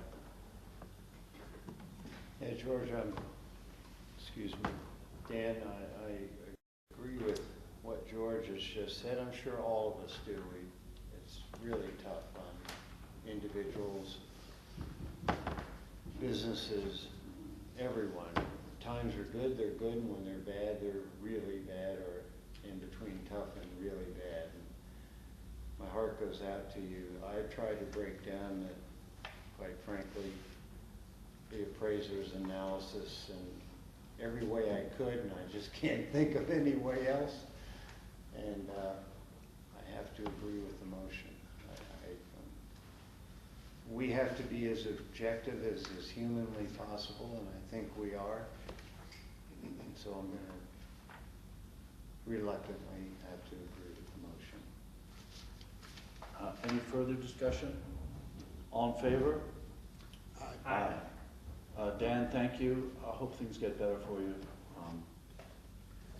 You're welcome. Thank you. I understand, gentlemen, we gave it a college try. Thanks so much for seeing me. It's a pleasure always. Part of the job we hate. No problem. At least everybody had a chance to share the words, and thank you. I'll continue to pay my taxes on time and just keep hanging in there. Thanks for listening to me personally. Goodbye. Thank you. Thanks, Dan. What do we have next, Larry? The next one I don't know is David Brown, and this is an agricultural property, or a property that has requested an agricultural classification. And the particulars of this property are that they just went through an appeal to the State Board of Assessment Appeals, and we have not heard the decision. And so our recommendation would be that we deny the abatement pending the outcome of the State Board of Assessment Appeals, and that depending on how they decide, that we could adjust the value accordingly based on the outcome of the appeal of the State Board of Assessment Appeals. So essentially, by denying it at this level, we are tabling it until we get an outcome of the 2011 appeal that went before the State Board of Assessment Appeals. So is this for a different tax period that he's appealing, or? The abatement is, so the appeal that was just heard is for tax year 2011. The abatement is for tax years 2009 and 2010. Okay. And so they're requesting an agricultural classification. If they prevail in 2011, then we would make that retroactive for 2009 and 10 as well. Is Mr. Brown present? I was just looking at, he is not. He's not. Jack? And then Ron. If it's acceptable to the chair, I'd like to make a motion to uphold the assessor's value and deny the abatement pending the outcome of the 2011 Board of Adjustment appeal. Is there a I'll second? second it. Rob, you had? Yeah, I just want to clarify that there isn't a process of actually continuing this or tabling it. That we have to take a decision at this point, and I want to make sure that the applicant doesn't lose any rights of adjustments further for appeal, right. for the years of this, if they had a favorable outcome in the 2011 hearing that they went through. So the scenario that I see happening is, based on the denial of this abatement, they have the right to appeal your denial to the Board of Assessment Appeals. So essentially taking it on to the state from this level. And prior to actually having a hearing before the state, we will have the outcome of the 2011 appeal, and then we can stipulate a value, you know, with the taxpayer based on the outcome of 2011. So he will have to take, his attorney will have to take the step of filing to the next level, but his rights to appeal are still open. So he would appeal to the next level through his attorney or however, and then potentially we could settle before that appeal gets to Exactly. the court. So there's not really, other than filing that appeal, which is at some Correct. cost to the Yeah, applicant. it's, to and potentially- I think that's fairly normal. Okay. Does that answer your question? Yes, thank you. There's a motion and a second on the table. All in favor? Aye. Aye. Thank you. Now we are at, what are we at? Now this is where we have two appeals regarding the senior exemption that is eligible to taxpayers who are 65 or older and have lived in their homes for the past, 10 years. People file an application for the senior exemption. We review those applications, and if they are denied at the assessor's level, they have the right to appeal to you as the County Board of Equalization, the denial of their senior exemption. So do we need to convene as the Board of Equalization? Yes. I'll make a motion to convene as the Board of Equalization. Is there a second? Any further discussion? All in favor? Aye. So we're now convened as the Board of Equalization, and we're going to hear a senior property tax homestead appeals. Thank you. This is Debbie Payne in our office. Hi, Debbie. Hi. Are the applicants here or the petitioners here? They are not. They are not present. Okay. And I'm not sure if they responded that they would be here. I don't know. I know, speaking with Jeanette, she did send them letters of notification, of the hearing. So are we going to hear this one at a time? Is that you're going to present? We have George Feeney and as one petitioner, and Donald R. and Sandra K. McAllister also?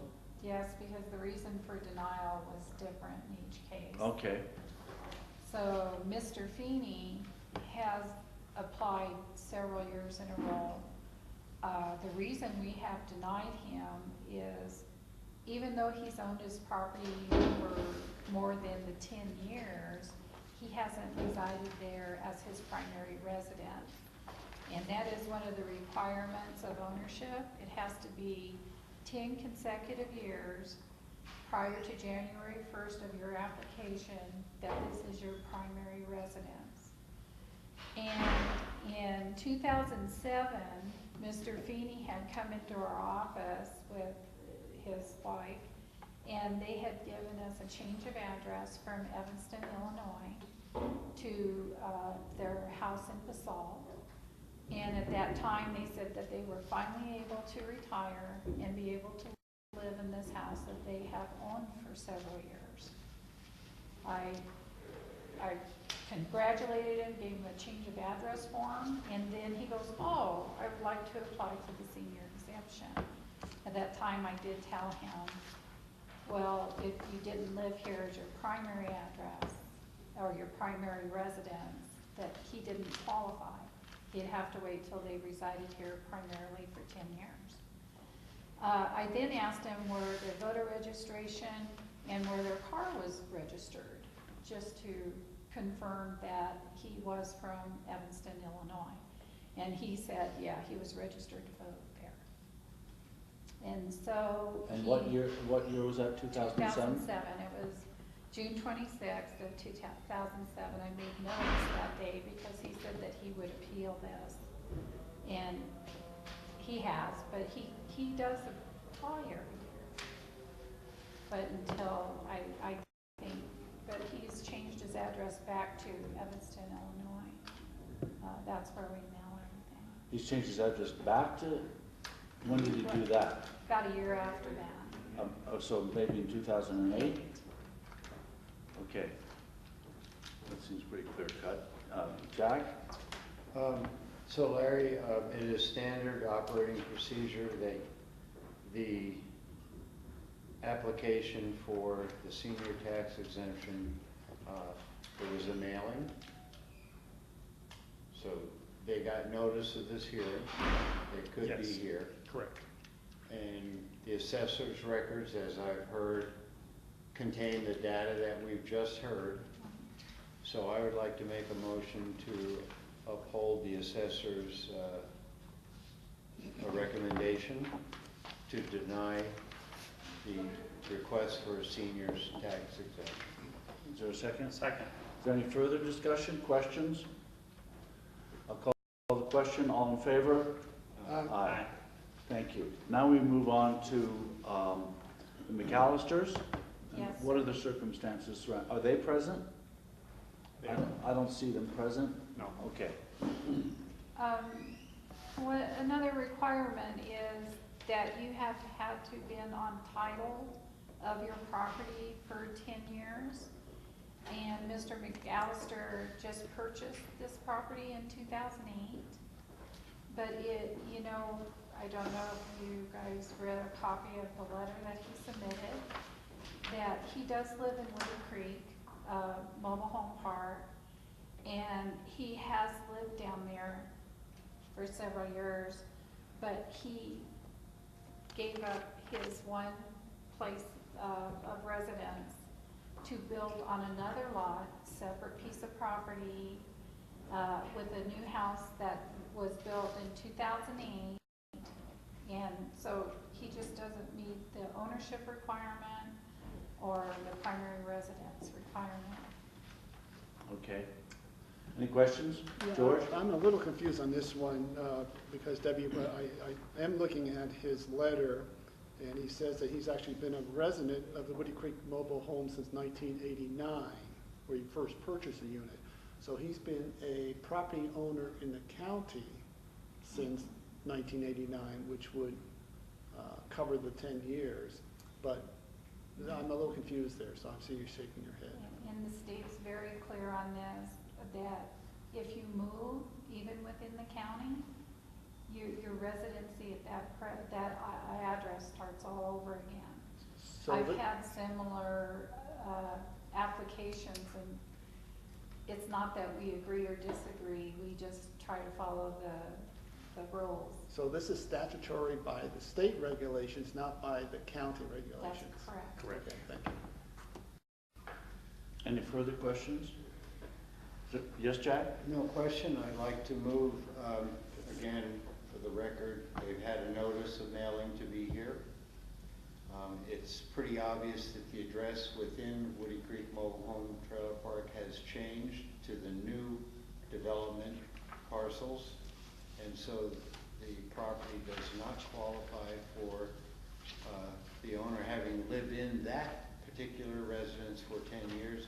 So I would move to accept the assessor's recommendation of denying the request for a senior tax exemption. Second. Any further discussion? All in favor? Aye. Thank you. Thank you. Thank you, Debbie. Oh, thank you. Is there a motion to adjourn as the Board of Equalization? Moved. Second. Any further discussion? All in favor? Aye. It's a little past noon. We have a lunch break scheduled till 1. Do we need to go out of special meeting, Lindy? No, you can't do, I think you have some things this afternoon, don't you? Well, they're all work session Yeah, I items. didn't know, there was no other executive, John so Haley you can said get out the if you chair want. just needs to recognize that we're Mhm. ending our Going out. special meeting. Okay, we're ending our special meeting, and we're going to take a lunch break. We'll be back at 1 o'clock. Thank you, Larry. You bet. Thank you, Debbie. fellas. Thank you. Lindy,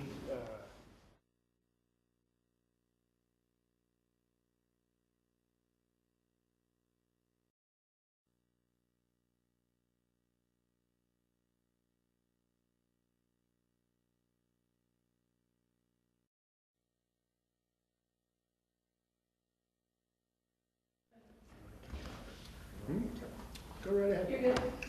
Welcome back. This is the Board of County Commissioners work session for October 16th, 2012. It's a little past 1 o'clock, and the next item on our agenda is prep for the EOTC meeting on October 18th, and it has Brian Pettit's name here. Is that important, Brian? The name? Yes.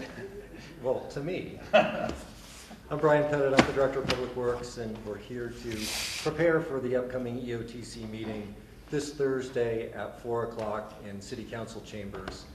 The county is hosting, so we will chair that meeting. But Treasurer Tom Oken's here to discuss things as well. And I believe in the back, John Kruger with the City of Aspen is here as well to observe. But really, the idea here is just for the board to collaborate and talk about the issues for the upcoming meeting. And coming up in the meeting is the 2013 EOTC budget. And as part of that are really 4 different requests. One is a request for additional funding for engineering for the pedestrian underpass at the AABC. We have a request for capital funding for that same project. The City of Aspen is asking for $500,000 of planning money for Ruby Park redevelopment. And the town of Snowmass Village, based on previous agreements, has in about $76,000 for free fare service. So those are the salient issues for the upcoming meeting of the EOTC. And Tom's here to go over the budget with you as detailed as you would like. Thank you, Brian. Questions for Brian? Yeah, I've got a couple questions. Yes. Brian, for the underpass,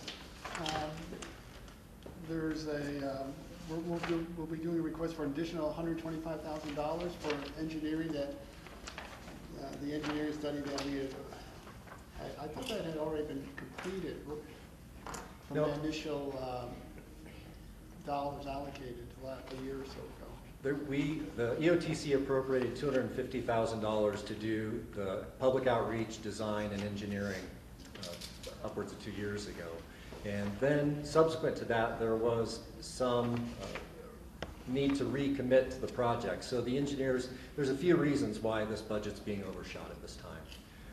One is we had to justify the project back to the EOTC based on questions. So we had to do some research with the engineering firm on pedestrian numbers and that type of thing and represent that to you.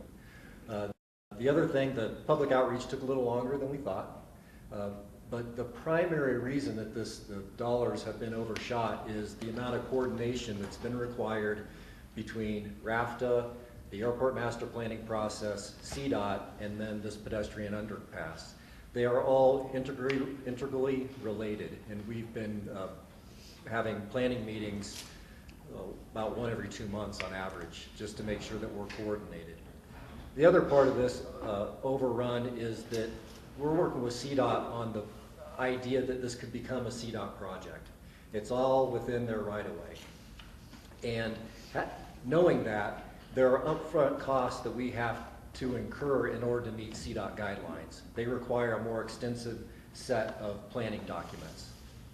So based on working with Parsons and the information I've given you, we've justified this budget's going to be overrun. I think it's legitimate, and it's still within 10% of the project cost. So I think it's still within the realm of reasonability and is justified based on the work that we're doing. I got a couple of questions, but just follow up on that. I know that Open Space and Trails had a little issue when they first accepted the CMAQ funds and for the use for the bridge that still has to be built down on Woody Creek. And they didn't realize at the time, I don't think, but by accepting those funds, they started to incur some substantial overruns. And because of some of the requirements that CDOT had then, and it sort of has continued. I don't know the current status of that, but I know at some point, it's almost like, should we have accepted those CMAQ funds for this particular project because of the specific requirements that CDOT had? So is that sort of a similar situation with this? It's different in that in it becoming a CDOT project, it's whether you pay CDOT upfront or you pay later. Because if our own consultant to manage the project. So if we pay CDOT upfront through this getting the engineering done, they'll take on the project and the cost that we would have to incur through consultant managing the projects, we won't have to. CDOT will take that on. And we pay it through they call it a construction engineering, I guess, increase, and it's running about 19%, 19 to 24% right now of project cost. So if CDOT does take this project on, does that mean that we have a little better leverage or opportunity to then get some CDOT dollars out of Region 3 funds? I don't know that I think we have support from Region 3 regardless of who does the project.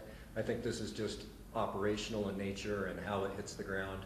If the county ran the project, we would need to go through permitting and other regulations that CDOT would impose on us because it's their right of way.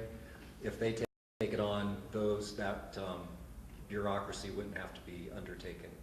They would do it as within their organization.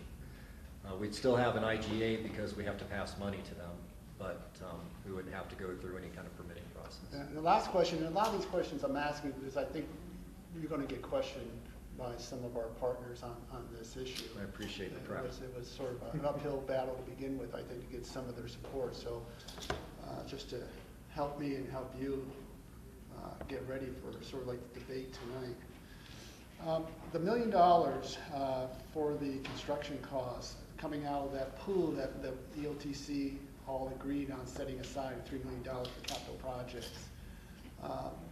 The original intent of that was to be able to use that $3 million as seed money to go after some additional funds. So will that be the case here, or are we just asking for $1 million to come out of that pot without looking for matching or seed monies? It is the case that we need that money in order to, we've used it in preparation for the current FASTER grant application that's been submitted by Region 3. So there's a grant application that has been submitted to the Transportation Commission. Region 3 CDOT has done it for us in cooperation with us and has given it regional support by doing that. In that grant application, we identified this money as being the local match that could potentially be used. So it has been used in the grant application with the understanding that we don't have it appropriated yet. It's just been identified as a possible use. If that money goes away, our application for FASTER funds is then threatened. But the original monies that we got from EOTC, the $250,000 for the original design, I thought that was being viewed in part as some seed money for this project for CDOT and for some of those grants. It was also part of the application. We've put all the local support so far in the application because that, I guess, leverages CDOT's money and they like to see that. Otherwise, I don't think we'd have a chance of getting any kind of grant funding. Yeah, because the original $250,000 that we got from EOTC, we were able to use that as an argument to then get a commitment in 2016 for $1.5 million. Those monies, of course, now, or as we heard yesterday at our meeting with Eagle County, is who knows how those monies will be reallocated. But that was some seed money for that $1.5 million. So this additional $1 million would be seed money for. It's I don't know if it's called seed money. It's just local match for the grant. Okay. So the grant wouldn't cover the full amount, and if we didn't have local match, we wouldn't be able to compete for the state grant. It's just you have to show that they're leveraging their money to do something greater. Otherwise, you just can't compete. And if we were to, and if RAPA were to get their Tiger grant, which would be for this particular project, then we may be able to reimburse the EOTC some of these dollars if the RAPTA grant comes through. There's potential if there's an overrun in budget that we would be able to reimburse local jurisdictions their local support. So if we get more money in a grant than we expect, we would be able to reimburse the local match. Okay. Does that make sense? Yeah. And my last question is on this, the Ruby Park Rehabilitation Planning Design. And I don't know if the city council has seen this yet. I just wonder if their argument will be that this is really more than just the entrance to Aspen project. It's a internal transportation mode project as well, and these dollars should come out of that pool for capital projects as well. We had this discussion at the staff level, and based on a recommendation from the city, we thought that the most appropriate place to pull the $500,000 for planning Ruby Park was out of the entrance to Aspen. That it was part of the entrance. Okay, so city staff is not going to provide recommendations to their council. Correct. And John's here. Yeah, okay. Thank you. Questions? Yes, Jack? Brian, do we have an approximation of the total project costs for the underpass? For the capital part of it, our budget is $3 million, and we think that will cover the construction of that project. Well, and then, okay, so we're being asked for 125,000 more, and how much did we previously put in? 250 originally. And that'd be, you think that might be the total soft costs? Well, I guess Absolutely. we'll call them soft costs. Yes. We are beyond the unknowns right now, which was the public process and that beginning of the project. Now we're into really final design, and those costs are good. Okay. I actually like the idea, the staff recommendation from the city, and you guys, I think, are agreeing to use EOTC money for Ruby Park. I'd really like to see transit money used on transit facilities instead of roads. You know, and we understand the value of what's been done with the lanes, but still, that seems very appropriate for transit funding, so I'm supportive of it. And thank you. Rob, do you have any questions? No, I had a couple that were already answered. Okay.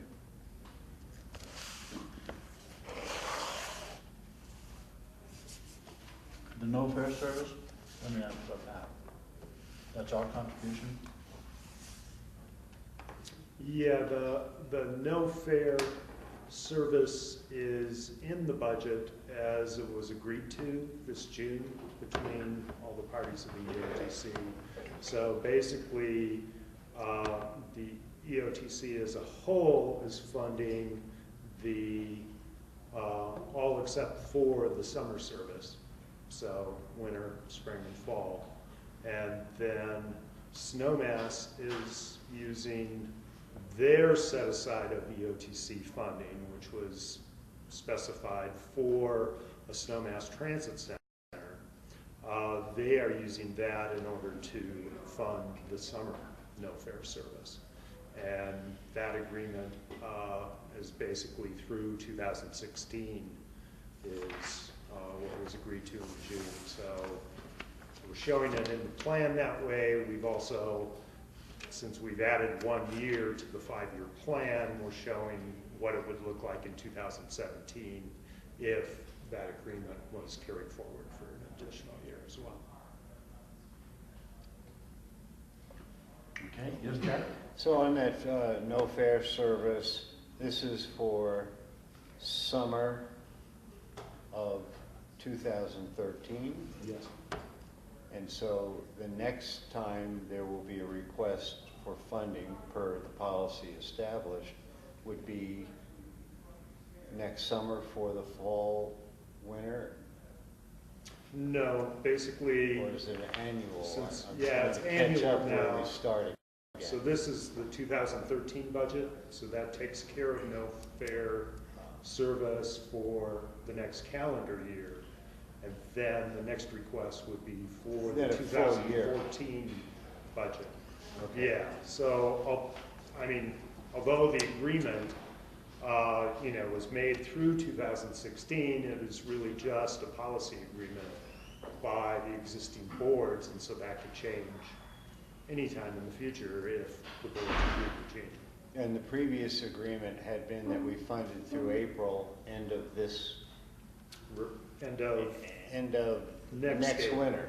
Right, So that's how we, now then we establish through budget cycles. right. Okay. Yes, Rob. And just so I'm clear, this budget request that's going to come before the EOTC when we meet is to take the $76,000 from the Snowmass Transit Center and put it into the free fare fund. Yes, So it's not coming from somewhere else. It's basically a money transfer of the policy decision that we've already made. yes.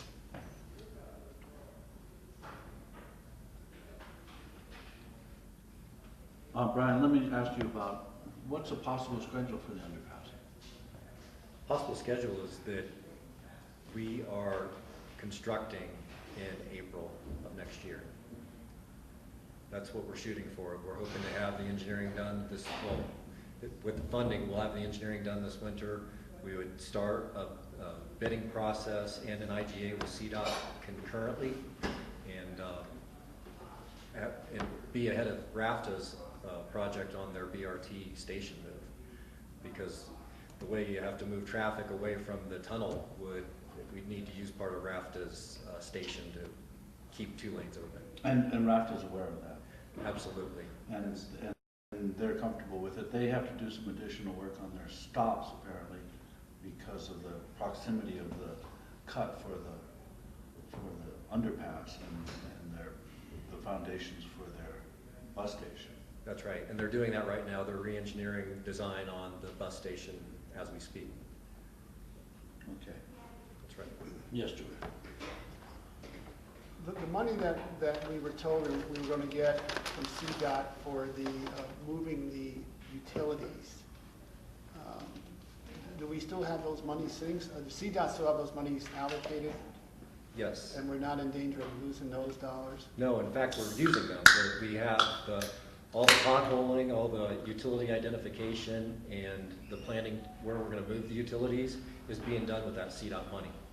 And we're doing that in coordination with RAFTA. So for instance, there is the most significant move is a high pressure gas main that feeds Aspen, goes right through the site. We're moving that completely out of the way so RAFTA doesn't have to move it again, and we get all the utilities out of the way.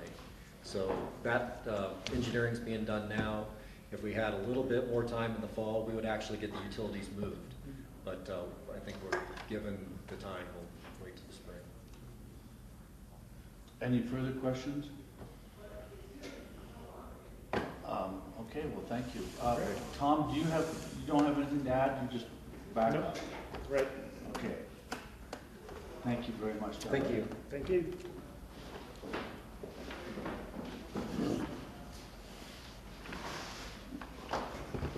Are there memos of interest, John? There are no memos of interest today. Really? Future agendas. Couple items for you there. The Housing Authority has been working with staff from both the city and county to take a look at our housing impact fee and the cash in lieu methodologies that the city uses and the county uses for their affordable housing calculations.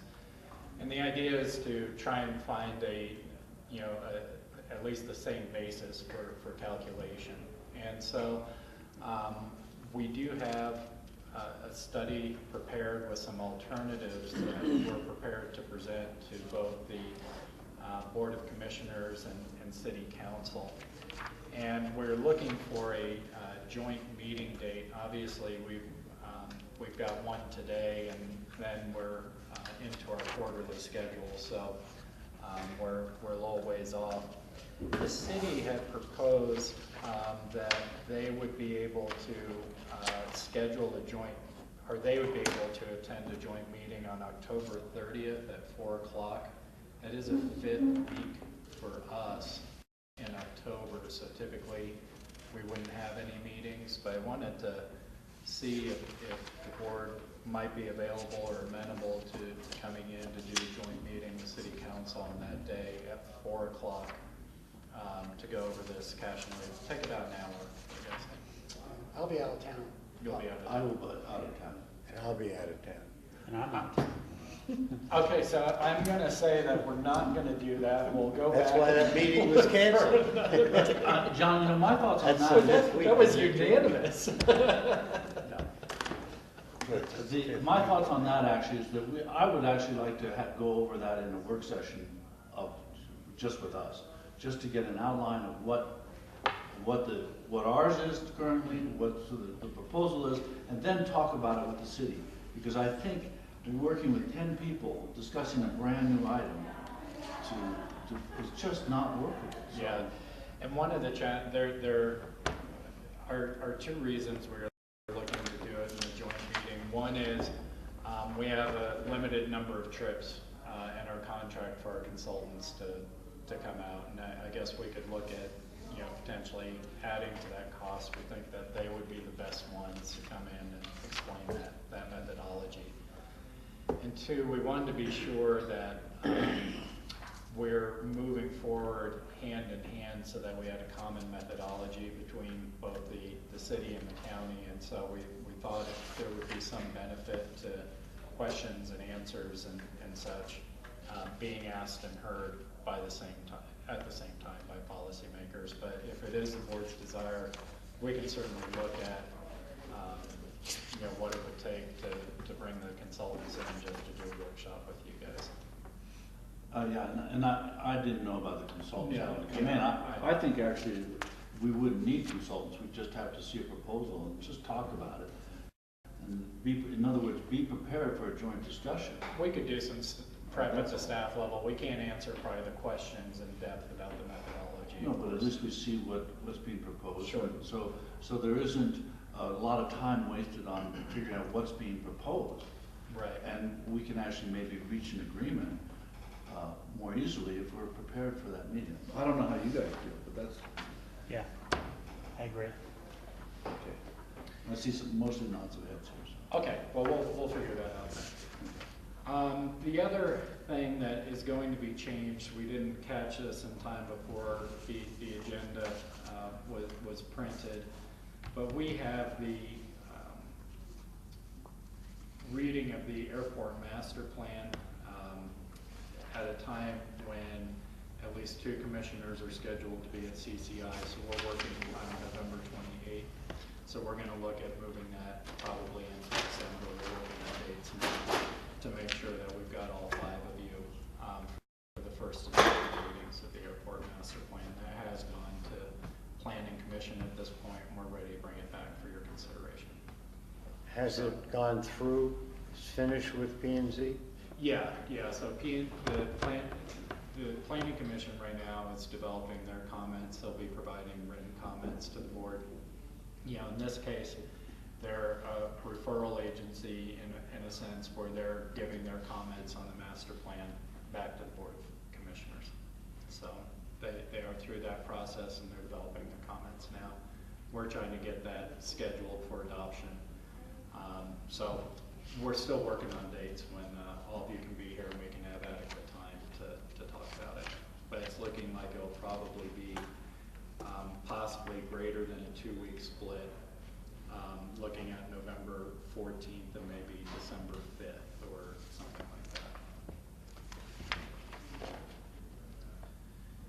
Then that's all I had on future agendas.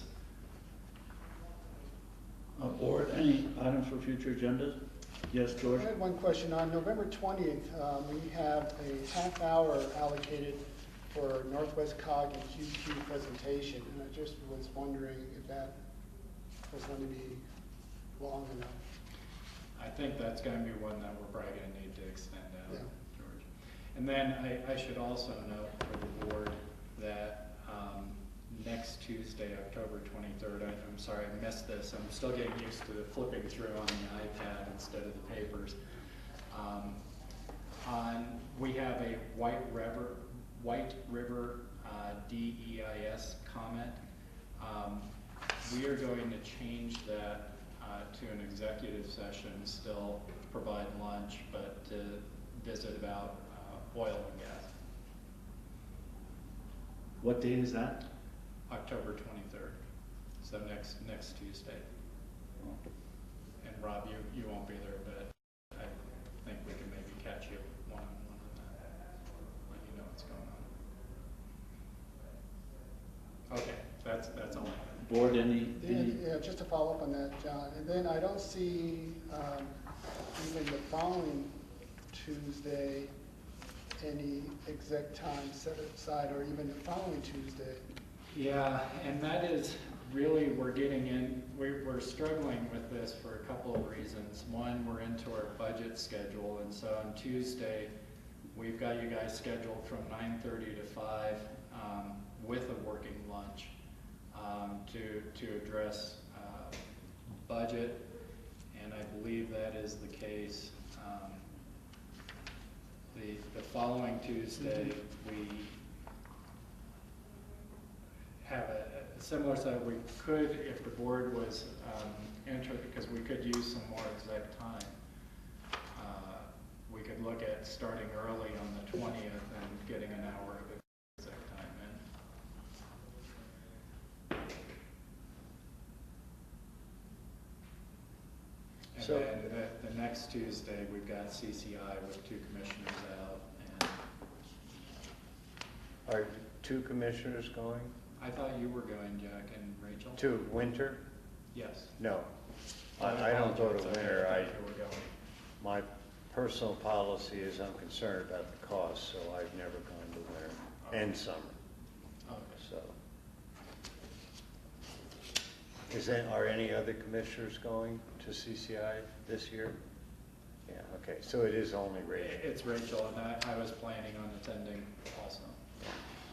So I guess my other question or suggestion would be, depending on if we need exec time, because I don't know what between you and John, and I know we've got some housing, other discussions to happen.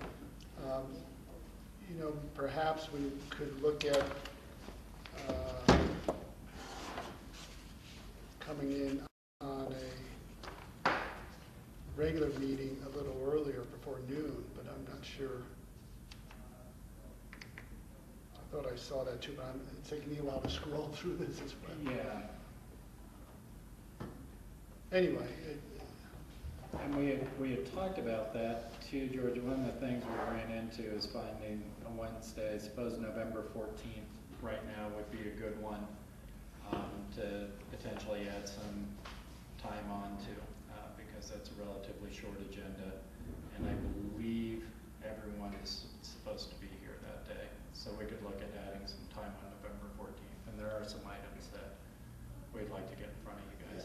is there any sense of urgency in terms of any discussion on housing that we need to do prior to that? We, right now, on the exec side, I think we've addressed the opportunities that are out there and are timely. Now, that can change as we know with market availability.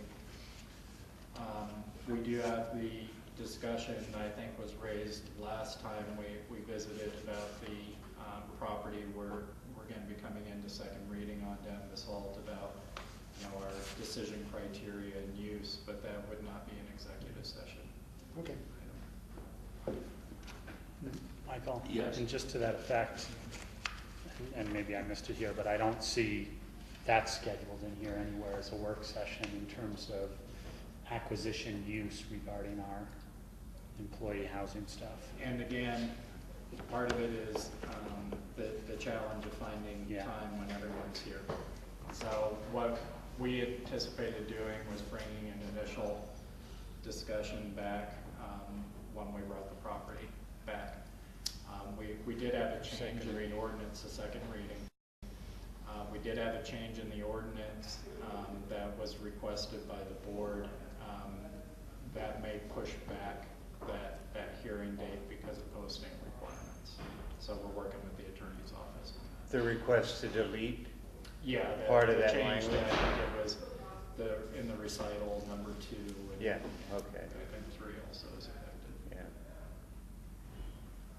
does that affect how the operation of the purchase They're though? working on, I don't think it will.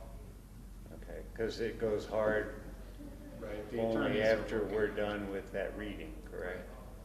A week after or whatever, yeah. Right. Yes, Jack? Yeah, I was a little unclear, John, about November 20th, and I certainly agree with George about having an hour. You said you would adjust that, but I thought I heard something about coming in earlier. Was it for November 20th? Well, we have the QQ presentation at 11:30. I think what we would either do is look at our memos of interest, and if we have a day like today where there aren't any memos of interest, if we kept this schedule, we'd probably Half just hour. shorten that time and give more time to QQ. What I was saying, Jack, is if that would be a possibility if we wanted to do an exec, would be to come in early, but I think we can do that on the 14th. I see. For our normal every couple weeks exec, okay. Correct, yeah. The other thing is, it was mentioned, and I really like the idea of coming in early on a regular meeting day, and it was looked at the 14th for a little of that discussion. Yeah, the I'm just- 14th, with the exception of the airport master plan, which we're still working on that schedule right now, is a pretty short day, potentially, so it looks like an exec would fit. Well, even if it's not, even if the master plan goes on there, If we it can. seems like, at least only from my perspective, I don't like coming in before 10, but for this day and to accomplish the goal of some earlier feedback, you know, possibility of getting educated on that sounds like a great idea. Okay. I think the sooner the better that we approach that issue is really important, because it's been kind of in the works for 5 years within the economy happened and we didn't go forward, but it is getting ripe to get this amendment to our current impact fees done. I'm talking about the impact fee meeting. Yeah. Yeah, okay. And APSHA had thrown out a number of dates in both October and November, and apparently the November dates weren't working for council, so we have to go back. Oh, to the for drawing board. council, Correct. okay, I didn't get that. Yeah. Yeah, I know October was working. And well, October definitely, clearly did not work for us. Unless Rachel wanted to show up, you know. Okay. One last thing, I will not be at the EOTC meeting, so as a matter of fairness here, I mentioned this to John yesterday. I have personal business at 4 o'clock, actually. I have an appointment down Valley with attorneys and all this stuff, so no way I could get it done any other day, so. I will also not be present at the EOTC meeting, so. Okay, so we'll hope Rachel can be there so that we have a quorum. Yeah, let Rob be the chair. He can practice. That's up to you all, of course. It's true, we will have to have a chair for that meeting because we are the chair and both of you are not going to be there. You know, in the past, we've gone back to the previous chair. I think it's really at the discretion of the board. If you guys have any preference or want to do rock, paper, scissors for it, or George wants it, he can have it. And if I don't want it? Then you But rock, paper, can scissors. dictate it on to somebody else. Then Rachel and I will rock, paper, scissors. Yeah, I certainly don't make any apologies, but we've been trying to plan this forever, and it just fell together this week, so.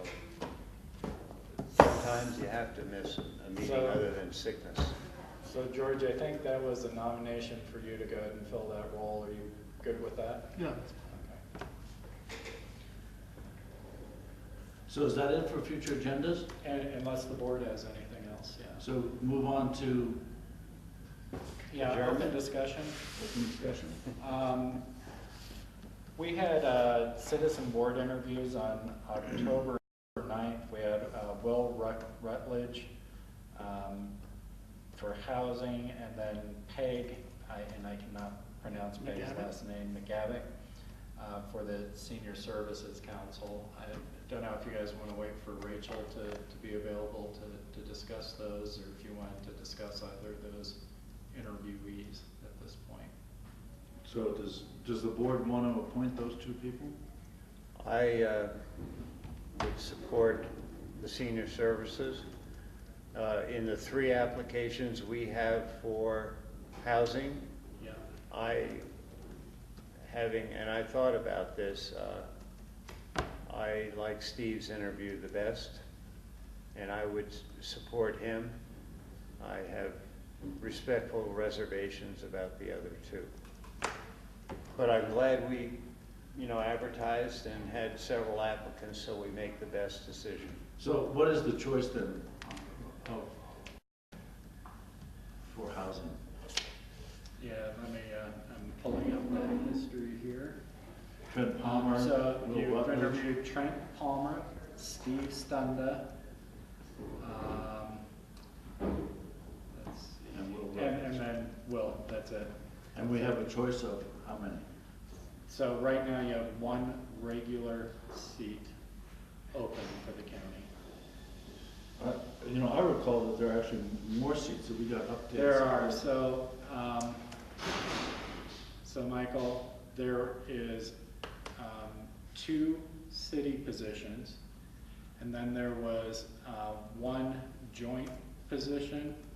We had forwarded the name of Bobby Berkeley to the city, and they did approve her for that joint position. So we have 1 regular county position to appoint now. Out of those 3 Out applicants, of we those have 3 1.